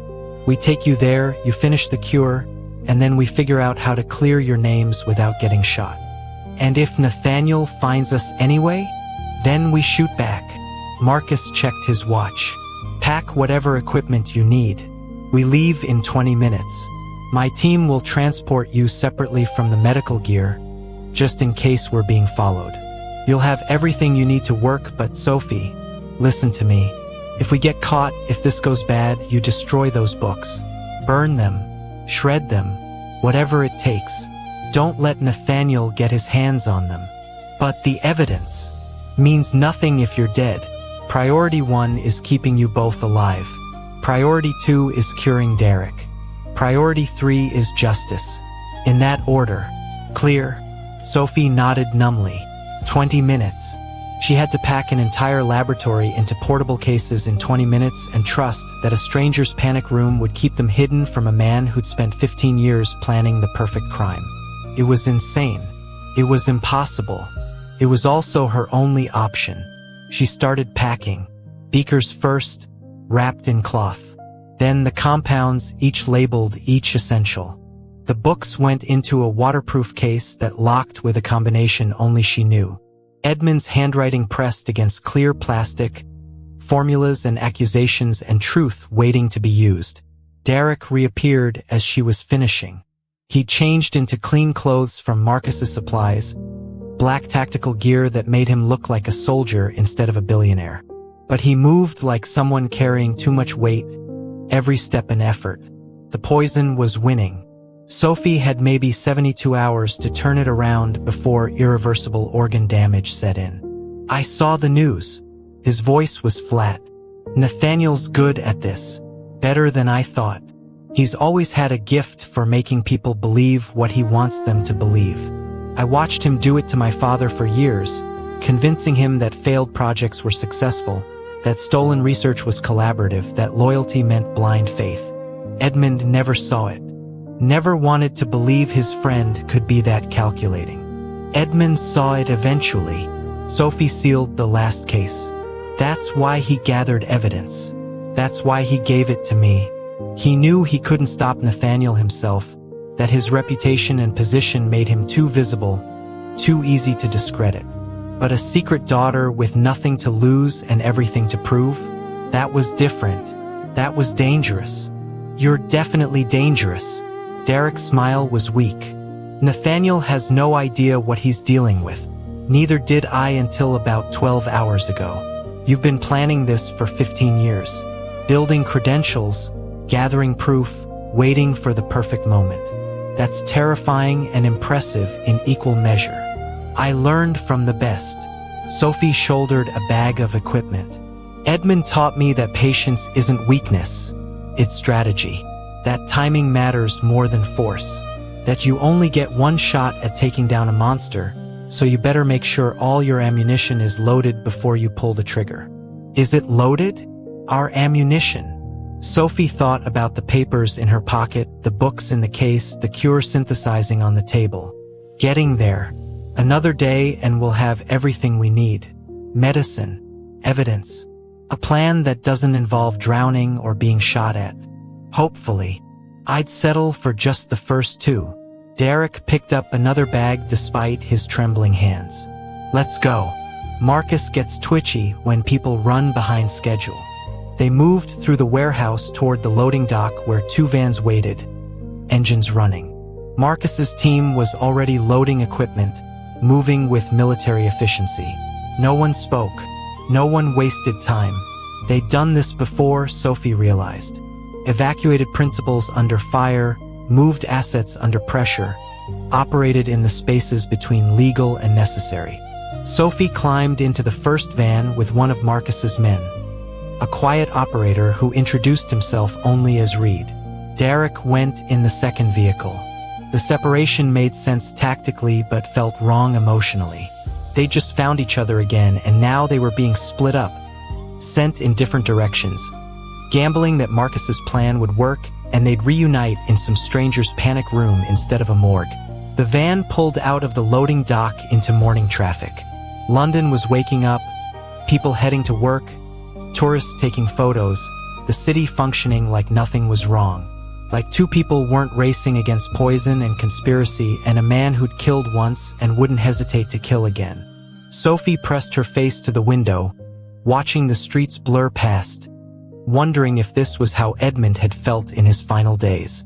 Trapped, hunted, desperate for time that kept running out. Her phone buzzed. Unknown number. She almost didn't answer, but something made her swipe accept. Victoria's voice came through crystal clear. Hello, Sophie. Enjoying your freedom? Sophie's blood went cold. How did you get this number? I have all your numbers, all your addresses, all your habits and patterns and the names of every person you've contacted in the last month. Did you think disappearing into a warehouse would make you invisible? Please, I've been tracking you since you left the hospital. I know where you're going. I know what you're planning. And in about 15 minutes, you're going to regret ever coming back to London. You're bluffing. Am I? Victoria's laugh was razor sharp. Check the vehicle following you. Black sedan. 2 cars back. Has been there since you left Shoreditch. My associates are very good at their jobs, Sophie. Unlike you, who keeps making the same mistakes over and over. Trusting strangers. Assuming you're smarter than everyone else. believing that love and determination are enough to win. They're not. Money wins, power wins, and Nathaniel has both. Sophie twisted to look out the back window. There, black sedan, tinted windows, keeping pace exactly. Reed were being followed. Reed's eyes flicked to the rearview mirror. His face didn't change, but his hand moved to something under his jacket. Confirmed. Calling it in. Victoria was still talking. Here's what's going to happen. In 10 minutes, that sedan is going to force you off the road. You'll crash. Not badly enough to kill you immediately, but badly enough that you can't run. My people will extract you, along with whatever equipment you're carrying, and take you somewhere quiet where Nathaniel can ask you questions about what other copies of evidence might exist. It will be unpleasant. You'll tell him everything eventually. They always do. And then you'll disappear just like Edmund's girlfriend disappeared. Just like anyone who threatens the Foundation's interests disappears. Darrick will die thinking you abandoned him. Marcus will be arrested for kidnapping. And Nathaniel will give a tearful interview about how he tried to save everyone, but the poison of conspiracy theories proved too strong. It's poetic, really. Tragic, but inevitable. You're insane. I'm practical. There's a difference. Victoria's voice softened, almost gentle. This isn't personal, Sophie. You seem like a decent person, but you're in the way of a plan that's been in motion since before you were born.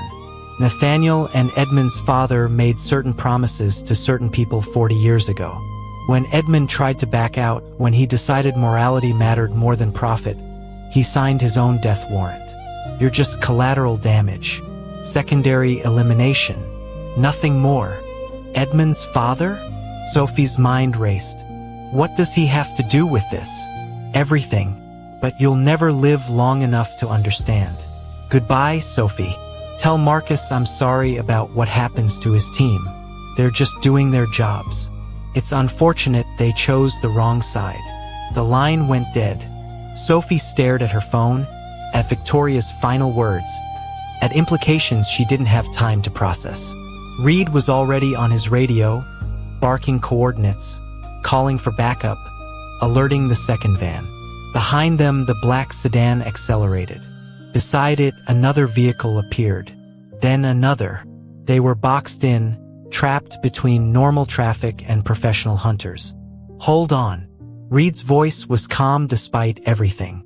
This is going to get rough. He yanked the wheel.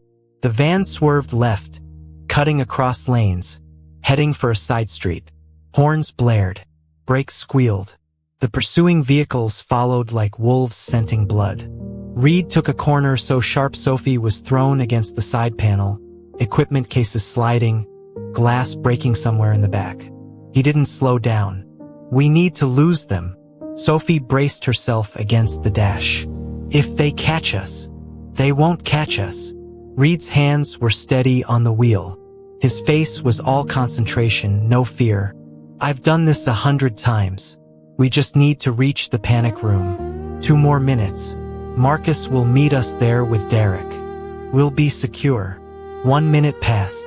The pursuing vehicles stayed close, professional and relentless. Sophie could see faces now through their windshields. Cold, determined. Men who did this for money and didn't care who died as long as the paycheck cleared. Then the street ahead exploded. Not literally, but a truck appeared from nowhere, jackknifing across the intersection, blocking their path completely.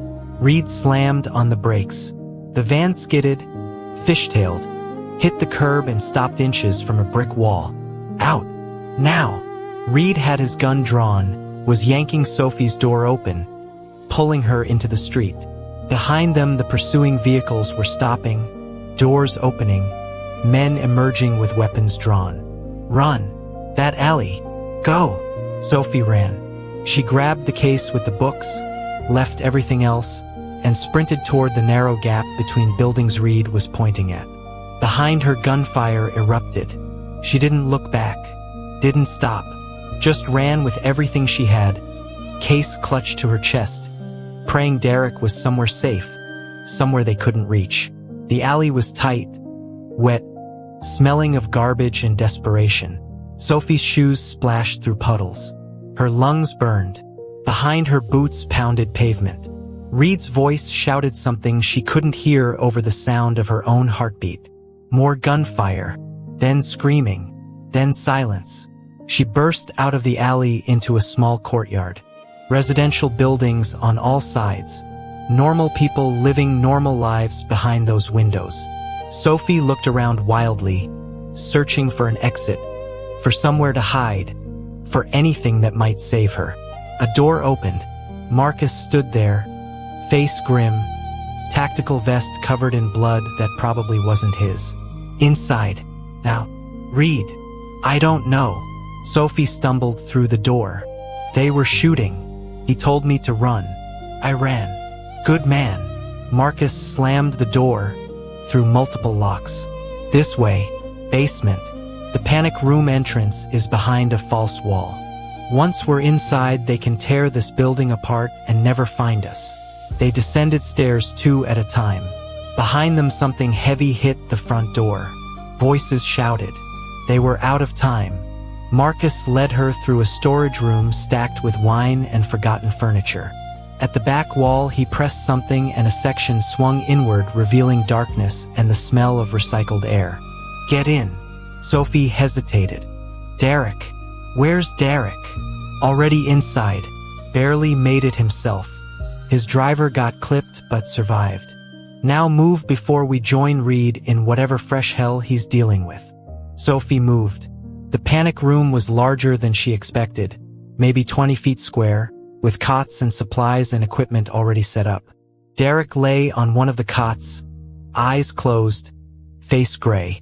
For a horrible moment, Sophie thought they were too late, that the poison had won. Then his chest rose and fell and she could breathe again. Marcus swung the false wall shut. Multiple locks engaged with solid clicks. Outside, the building was being invaded. Inside, they were safe. For now. For however long now lasted. Sophie set down the case and went to her brother.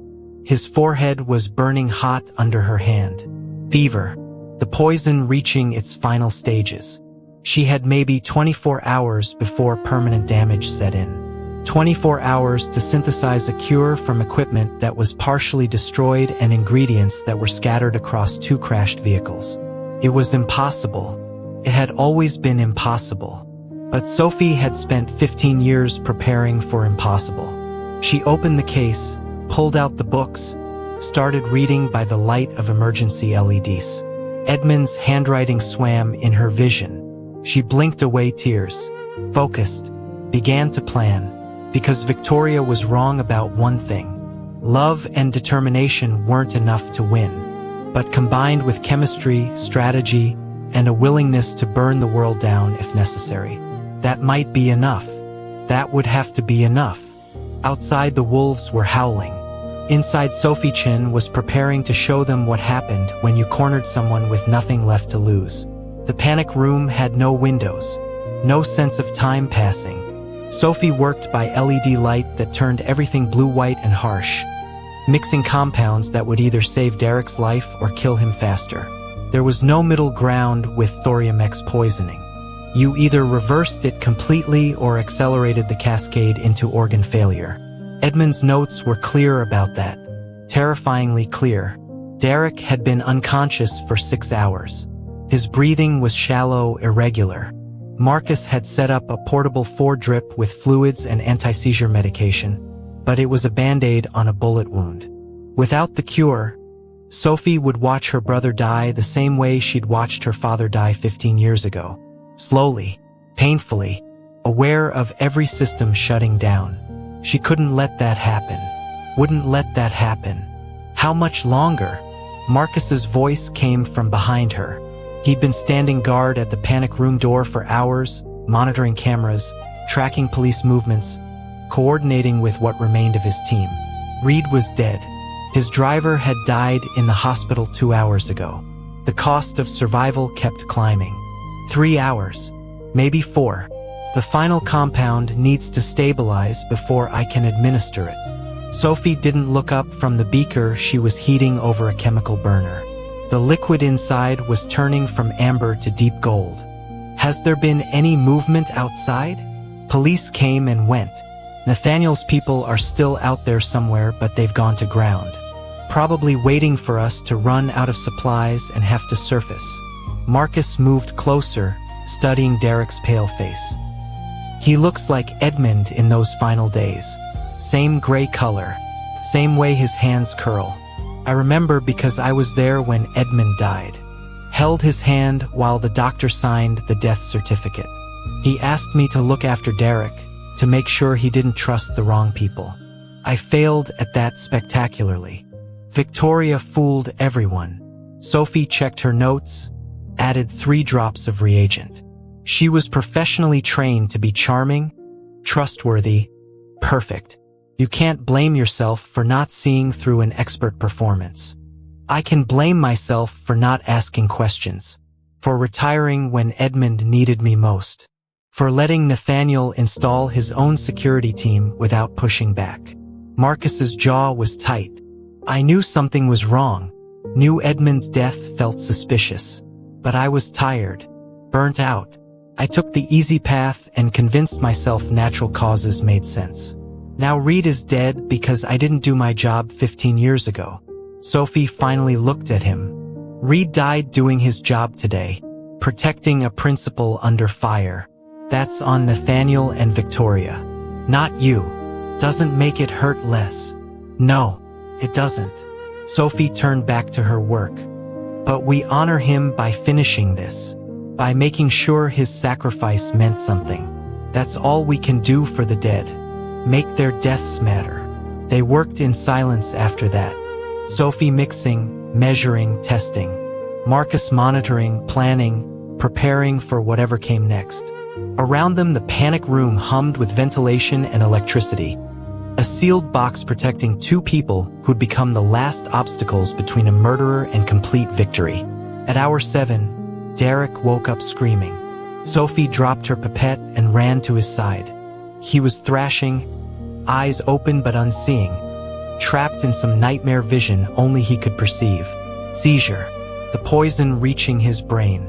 This was the final stage, the point where Edmund had started hallucinating, seeing threats that didn't exist, reliving memories that twisted into horror.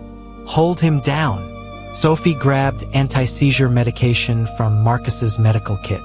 Don't let him hurt himself. Marcus pinned Darrick's shoulders while Sophie injected the medication. It took 30 seconds to work.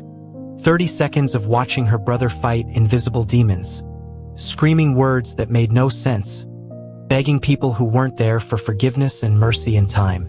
Then the medication hit and he went limp, breathing hard, tears streaming down his face. Sophie, his voice was barely a whisper. I'm here. She gripped his hand. I'm right here. I saw him. I saw Edmund. He was dying again and I couldn't save him, and he kept saying it was my fault, that I should have known, should have seen the signs. Darrick's fingers tightened around hers. Was it my fault? Should I have realized he was being poisoned? No. Sophie's voice was firm. You were 18, grieving your mother's abandonment, dealing with university stress and foundation politics. Edmund hid his symptoms because he didn't want you to worry, because he loved you more than he loved transparency. He should have told me. He should have. But he made the choice he thought would protect you. Same choice he made hiding me. Same choice that got him killed. Sophie squeezed his hand. We don't get to go back and change his decisions. We only get to move forward and make our own. So the question isn't whether you failed him then. It's whether you fail him now by giving up or honor him by surviving. Darrick's laugh was wet, broken. No pressure. All the pressure. Because in 3 hours, I'm going to inject you with an experimental cure synthesized in a panic room using equipment held together with hope and chemistry. It will either save your life or stop your heart. I need you to be okay with those odds. And if I'm not, too bad. I didn't spend 15 years becoming a doctor to watch you die of the same poison that killed our father. You're taking this cure and you're surviving, and then we're going to destroy Nathaniel so thoroughly that his grandchildren will feel the shame. That's the plan. No negotiation. Darrick's smile was real this time, if faint. You're terrifying when you're determined. I learned from Edmund. He was terrifying right up until the end. Did you know he recorded everything? Every meeting with Nathaniel. Every conversation about the foundation's finances. Every moment he suspected he was being poisoned. It's all in the books. Audio files disguised as research notes. Voice recordings embedded in the page margins. He created a full confession from beyond the grave because he knew they'd try to silence him permanently. I didn't know that. Darrick's eyes widened. So we have actual recordings of Nathaniel admitting to the poisoning? We have Nathaniel discussing something he calls the Edmund problem and talking about timeline adjustments and acceptable losses. It's coded, careful, but combined with the medical evidence and the financial fraud, it's enough. More than enough. Sophie checked his pulse, his temperature. Both were elevated but stable. Edmund spent his last year building an airtight case. He just didn't have time to deploy it himself. So he gave it to me, made me promise to wait until I was strong enough, smart enough, untouchable enough to go up against Nathaniel and win. That's why I got the degrees, the publications, the reputation. I needed to be Dr. Sophie Chen, renowned toxicologist, before I could reveal I was also Sophie Crespo, heir and witness. You've been planning this longer than I've known you existed. I've been planning this since the day Edmund died in my arms, whispering your name and begging me to save you from the same fate. Sophie's voice cracked. He loved you, Darrick. More than the foundation. More than his research. More than his own life. His last words were about you. About making sure you survived. About how I had to protect you because you were too good, too trusting, too much like your mother to see the wolves in your own house. Darrick was crying now, silent tears tracking down his gray face. I miss him. Every day. Every minute. I thought I was going crazy when I started getting sick because all I could think was that I was following him into death. That maybe it was genetic, something in our blood that made us weak. I never suspected poison. Never suspected Victoria. I just thought I was dying the same way he did, and there was nothing I could do to stop it. You're not dying. Not today. Not if I have anything to say about it. Sophie stood up, went back to her workspace. The final compound was ready. Golden liquid in a vial, warm to the touch, smelling faintly of almonds and hope. This is it. Edmund's cure. 3 years of research condensed into 50 milliliters. I'm going to inject it intravenously. You'll feel it immediately. Burning sensation, racing heart, possible nausea. That's normal. That's the medicine binding to the poison molecules and neutralizing them. But Darrick, there's a risk. A significant one. If I miscalculated even slightly, if any of my equipment was damaged when Reed's van crashed, if the compounds didn't bond correctly, this could trigger cardiac arrest. You could die in minutes, and there's nothing I could do to stop it. And if you did everything right, then in 6 hours you'll be cured. Completely.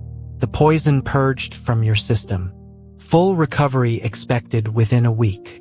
Sophie held up the vial. I've checked everything 3 times. Used Edmund's exact specifications. But I'm human. I could have made a mistake. You need to know that before I do this. Darrick looked at the vial. At Sophie. At Marcus standing by the door with his hand on his weapon. Ready to defend them or die trying. If you made a mistake, if this kills me, what happens to you? I keep fighting. Use the evidence to destroy Nathaniel. Take over the foundation. Build something Edmund would be proud of. Then probably drink myself to death mourning both of you. Sophie's smile was grim. But that's not going to happen because I didn't make a mistake. I'm too careful. Too obsessed.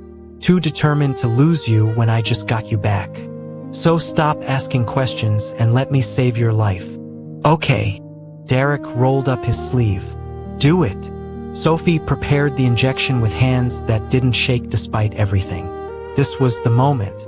15 years of planning came down to this. One needle, one cure, one chance to rewrite the ending Edmund never got to see.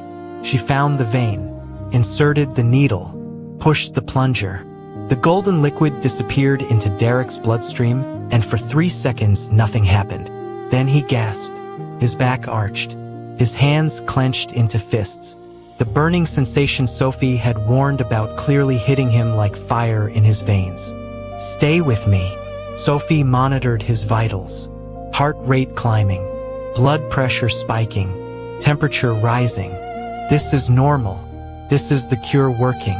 Just breathe through it." Darrick's breathing was harsh, desperate. Sweat poured down his face. His whole body trembled.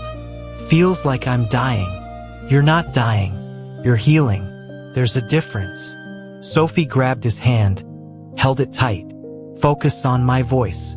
Focus on breathing. In and out. In and out. The pain means the poison is being neutralized. It means the cure is working." 2 minutes passed.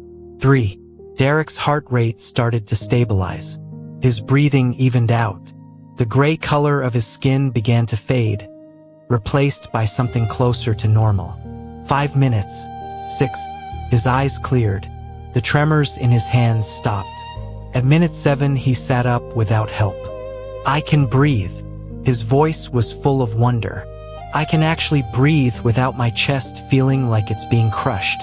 Because your lungs aren't being poisoned anymore." Sophie checked his pupils. Responsive. Clear. "How do you feel? Any chest pain? Dizziness? Nausea?" "I feel like I just ran a marathon, but in a good way. In a I'm alive way."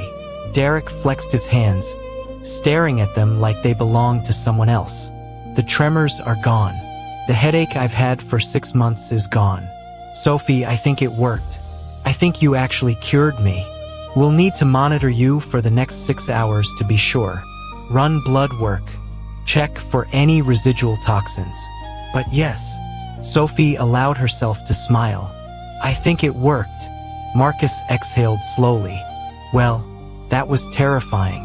Do I need to prepare for round 2, or can we move on to the part where we clear your names and arrest everyone responsible?" We move forward. Sophie helped Darrick stand. He swayed but stayed upright, stronger already than he'd been in months. "But first we need to get this evidence to someone who can use it. Someone Nathaniel can't threaten or buy. Someone with the authority to shut down the entire foundation if necessary." "Detective Yates," Darrick said. "She was Edmund's goddaughter. Did you know that? He never publicized it, but he was there when she was born. Paid for her education when her parents couldn't afford it. She owes him everything. If anyone will believe us, if anyone will fight for justice regardless of the politics, it's Sarah." "Then we call her." Marcus pulled out a secure phone. "But we do it smart. Not from here. Not anywhere they can trace. We set up a meeting in a public place with multiple exits and witnesses. We hand over everything and let the legal system do its job." "The legal system that Nathaniel has been corrupting for decades?" Sophie's voice was skeptical. "You really think paperwork and procedure will stop him?" "No. But combined with public exposure, media attention, and your scientific evidence, that might." Marcus was already dialing. "We don't need to rely on one system. We overwhelm him with all of them. Legal, medical, financial, media. Come at him from every angle until there's no way out." "Scorched earth," Darrick said quietly. "Destroy him so thoroughly that rebuilding is impossible." "Exactly." Sophie gathered the books, the vials, the evidence. Edmund would approve. He was always about overwhelming force applied with precision. Never fight fair when you can fight smart. Marcus's call connected. "Detective Yates?" "Marcus Webb. I have Darrick Crespo and Dr. Sophie Chen with me. They're safe. They have evidence you need to see regarding Edmund Crespo's death and the current foundation leadership. No, I won't tell you where we are, but I'll arrange a meeting. somewhere public, somewhere Nathaniel can't touch. Bring your most trusted people and prepare to arrest half the foundation board. This is going to get messy. He listened for a moment, nodded. Tomorrow morning, Hyde Park, near the Serpentine, 10 a.m. Don't be late and don't come alone. We have evidence of murder, fraud, conspiracy, and attempted assassination. This is bigger than you think. This is going to shake the entire city. He hung up, looked at Sophie and Darrick. She's in. We meet tomorrow. Until then we stay hidden, stay safe, and pray that Nathaniel doesn't find us first. He won't. Darrick's voice was stronger now, the voice of someone who'd stared at death and survived. We have the cure. We have the evidence. We have each other. He's already lost. He just doesn't know it yet. Sophie wanted to believe him, wanted to think that survival and justice were the same thing. But she'd seen too much, lost too much, to trust in easy endings. Nathaniel was desperate, cornered, and cornered animals were always the most dangerous. Still, they'd made it this far, through assassins and drowning and poison and betrayal. One more day, one more meeting, one more chance to finish what Edmund started. She could survive one more day. They all could. Outside the panic room, London continued breathing. Inside, 3 people prepared for war. Not with guns or violence, though Marcus had plenty of both. But with truth, with evidence, with the kind of justice that couldn't be bought or silenced or buried. The kind Edmund had died believing in. The kind Sophie would burn the world to deliver. Tomorrow they'd face the wolves. Tonight they rested, and planned, and remembered, because the ghost of Edmund Crespo wasn't haunting them. He was guiding them, whispering strategies from beyond the grave, reminding them that love and determination might not be enough to win. But combined with chemistry, evidence, and righteous fury, that was a weapon Nathaniel had never prepared for. That was how you honored the dead, by making sure their killers joined them. Hyde Park at dawn was beautiful in the way only London could be. Mist rolling off the Serpentine, joggers passing like ghosts, the city waking up slowly, stretching into another day of existing without knowing that 3 people were about to tear apart one of its most powerful institutions. Sophie stood near the water, hands in her pockets, feeling the weight of the evidence papers against her chest. The books were with Marcus, secured in a briefcase that was handcuffed to his wrist. They weren't taking chances, not this close to the end. Darrick stood beside her, looking better than he had in months. The cure had worked completely. Blood tests at 3 a.m. showed 0 traces of thorium X in his system. His color was back. His hands were steady. He looked like someone who'd been given a second chance and intended to use it. There. Marcus pointed toward a group approaching from the east. Detective Yates led them, flanked by 4 officers in plain clothes. Behind them, 2 people in suits who Sophie recognized from news coverage. Crown Prosecution Service. They'd brought lawyers. Good lawyers. The kind who didn't lose cases. Yates reached them first. She looked tired, angry, and grimly satisfied all at once. Mr. Crespo, Dr. Chen, you've had an eventful 48 hours. That's one way to describe being hunted through London by armed killers. Darrick's voice was dry. Thank you for coming, for believing us enough to show up. I haven't decided what I believe yet, but Edmund was important to me.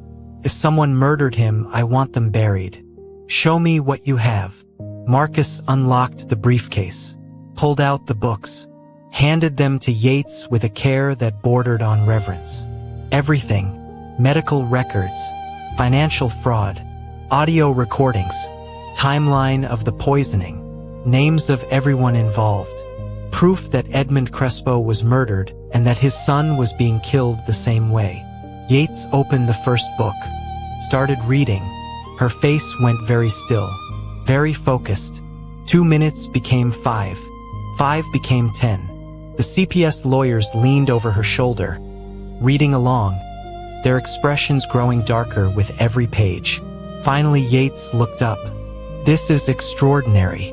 If authentic, this is enough to arrest Nathaniel Hargrove, Victoria Ashford, and at least 6 board members on charges ranging from fraud to conspiracy to commit murder. But I need to verify it. Need experts to authenticate the recordings and the medical evidence. I can authenticate the medical evidence. Sophie stepped forward. I'm a published toxicologist with credentials from 3 universities. I've spent 15 years studying thorium X poisoning specifically because of what happened to Edmund. Everything in those books is scientifically sound. I've replicated his research. I've synthesized the cure. I've saved Darrick's life using Edmund's formula. I can testify to all of it. You're also emotionally involved, financially motivated.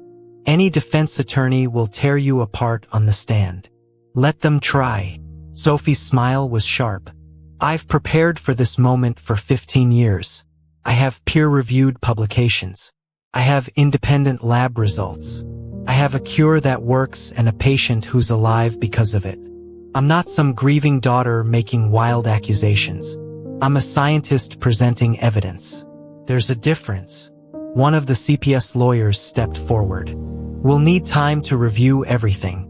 Build a case that'll hold up in court. This level of conspiracy, this many powerful people involved, we can't rush it or we risk them walking on technicalities. How much time? Darrick's voice was tight. Weeks, maybe months. We're talking about dismantling a major charitable foundation, arresting people with connections to Parliament, exposing fraud that goes back decades. This isn't something we can do overnight. We don't have months. Sophie pulled out her phone, brought up a news site, because I've already made sure we don't need them. The headline read, Crespo heir accuses foundation board of murder. Below it, Sophie's face. An interview she'd recorded 3 hours ago and emailed to every major news outlet in Britain. Her voice describing Edmund's death, the poisoning, Nathaniel's conspiracy, everything. Yates's face went purple. You went to the media? Before coming to us? I went to everyone. Media, medical journals, financial regulators, Interpol. I sent copies of everything to 50 different organizations because I knew if I relied on one system, Nathaniel would corrupt it. But 50 systems? All of them investigating simultaneously? He can't stop that. No one can. You've compromised our investigation. The CPS lawyer looked ready to have an aneurysm. We could have built an airtight case. Now it's contaminated. Defense attorneys will claim jury bias, media interference. Good. Darrick's voice was cold. Let them claim whatever they want, because in 3 hours the story breaks nationwide. In 6 hours it goes international. By tomorrow, Nathaniel Hargrove will be the most hated man in Britain. He can try to fight legal battles all he wants, but public opinion doesn't need a court verdict. The foundation's donors will abandon him. His political connections will evaporate. His empire will collapse under the weight of its own corruption. This is reckless, Yates said. But she was looking at the books, at the evidence, at the careful documentation of 15 years of murder and theft. This is also brilliant and insane and probably the only way to actually win. Edmund taught me that sometimes the legal path isn't the right path. Sophie met her eyes. Sometimes you have to burn the system down and build something better from the ashes. That's what he wanted. Not just justice for himself. Justice for everyone Nathaniel has hurt. Every researcher he stole from. Every charity case like me that he tried to erase. Every person who trusted the foundation only to be betrayed. Yates was quiet for a long moment. Then she closed the book and turned to her officers. I want arrest warrants for Nathaniel Hargrove, Victoria Ashford, and everyone named in these documents. I want forensic accountants going through the foundation's records. I want Edmund Crespo's body exhumed for additional toxicology testing. And I want a press conference scheduled for noon where we confirm Dr. Chen's allegations and announce a full criminal investigation. You're endorsing this? The CPS lawyer looked shocked. I'm following the evidence, which is what we should have done 15 years ago when Edmund died under suspicious circumstances. We failed him then. We're not failing him now. Yates handed the books to one of her officers. Secure these. They're now evidence in a murder investigation. Dr. Chen, Mr. Crespo, you'll need to give formal statements. Several hours worth. Are you prepared for that? We've been prepared for 15 years, Sophie said. They spent the rest of the morning at New Scotland Yard, telling their story over and over to different investigators, lawyers, forensic specialists. Sophie explained the chemistry of thorium X poisoning in detail that made the medical examiner pale. Darrick described Victoria's manipulations, the intercepted letters, the systematic isolation. Marcus provided security footage from the Gala, the car chase, the assault on the warehouse. Everything was documented, recorded, entered into evidence. By noon, the story had exploded. Sophie's interview was trending on every platform. News crews camped outside the foundation building. Donors were publicly withdrawing support. Board members were resigning. Nathaniel's face was plastered across every screen in Britain, labeled alleged murderer, and for once the word alleged felt like a legal formality rather than doubt. At 2 p.m., police arrested Nathaniel at his home in Surrey.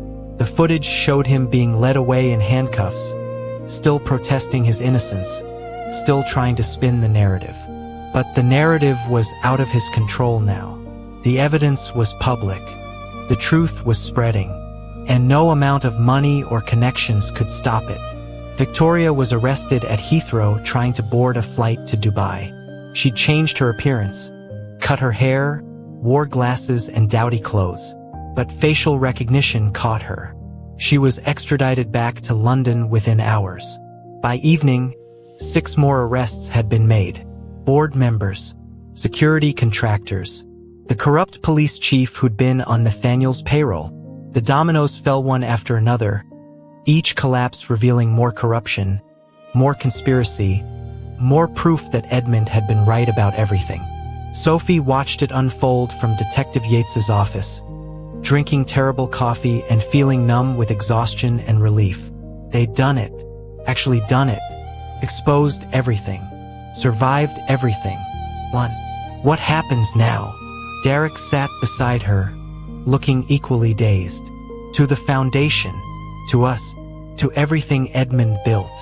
The foundation will be restructured. New board. New leadership.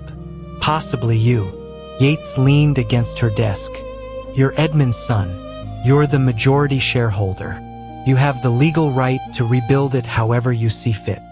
We rebuild it, Darrick corrected, looking at Sophie. 50-50, like Edmund wanted, like it should have been from the start. Sophie felt tears prick her eyes. I don't know anything about running a foundation. You know about justice, about integrity, about fighting for what's right even when it's impossible. That's exactly what the Crespo Foundation needs. Darrick took her hand. We do this together. Honor Edmund by making sure his work continues. Make sure people like you, brilliant kids from nowhere with everything to prove, get the chances they deserve. That's his legacy. That's what we protect. And Nathaniel? Sophie's voice was quiet. What happens to him? He goes to trial, probably gets convicted, spends the rest of his life in prison. Yates's smile was grim. Where he'll have plenty of time to think about the man he murdered and the empire he lost because he was too greedy to share. Sophie thought about Edmund, about his final moments, about how he'd used his last breath to make her promise she'd save Darrick, how he'd built an entire case from his deathbed because he knew truth mattered more than his own life. He won, she whispered. Edmund won, even dead, even years later. He still won. Because he had you. Darrick squeezed her hand. He had a daughter who loved him enough to spend 15 years preparing for one perfect moment of justice. That's not winning. That's transcending. That's being so loved that death doesn't end your impact.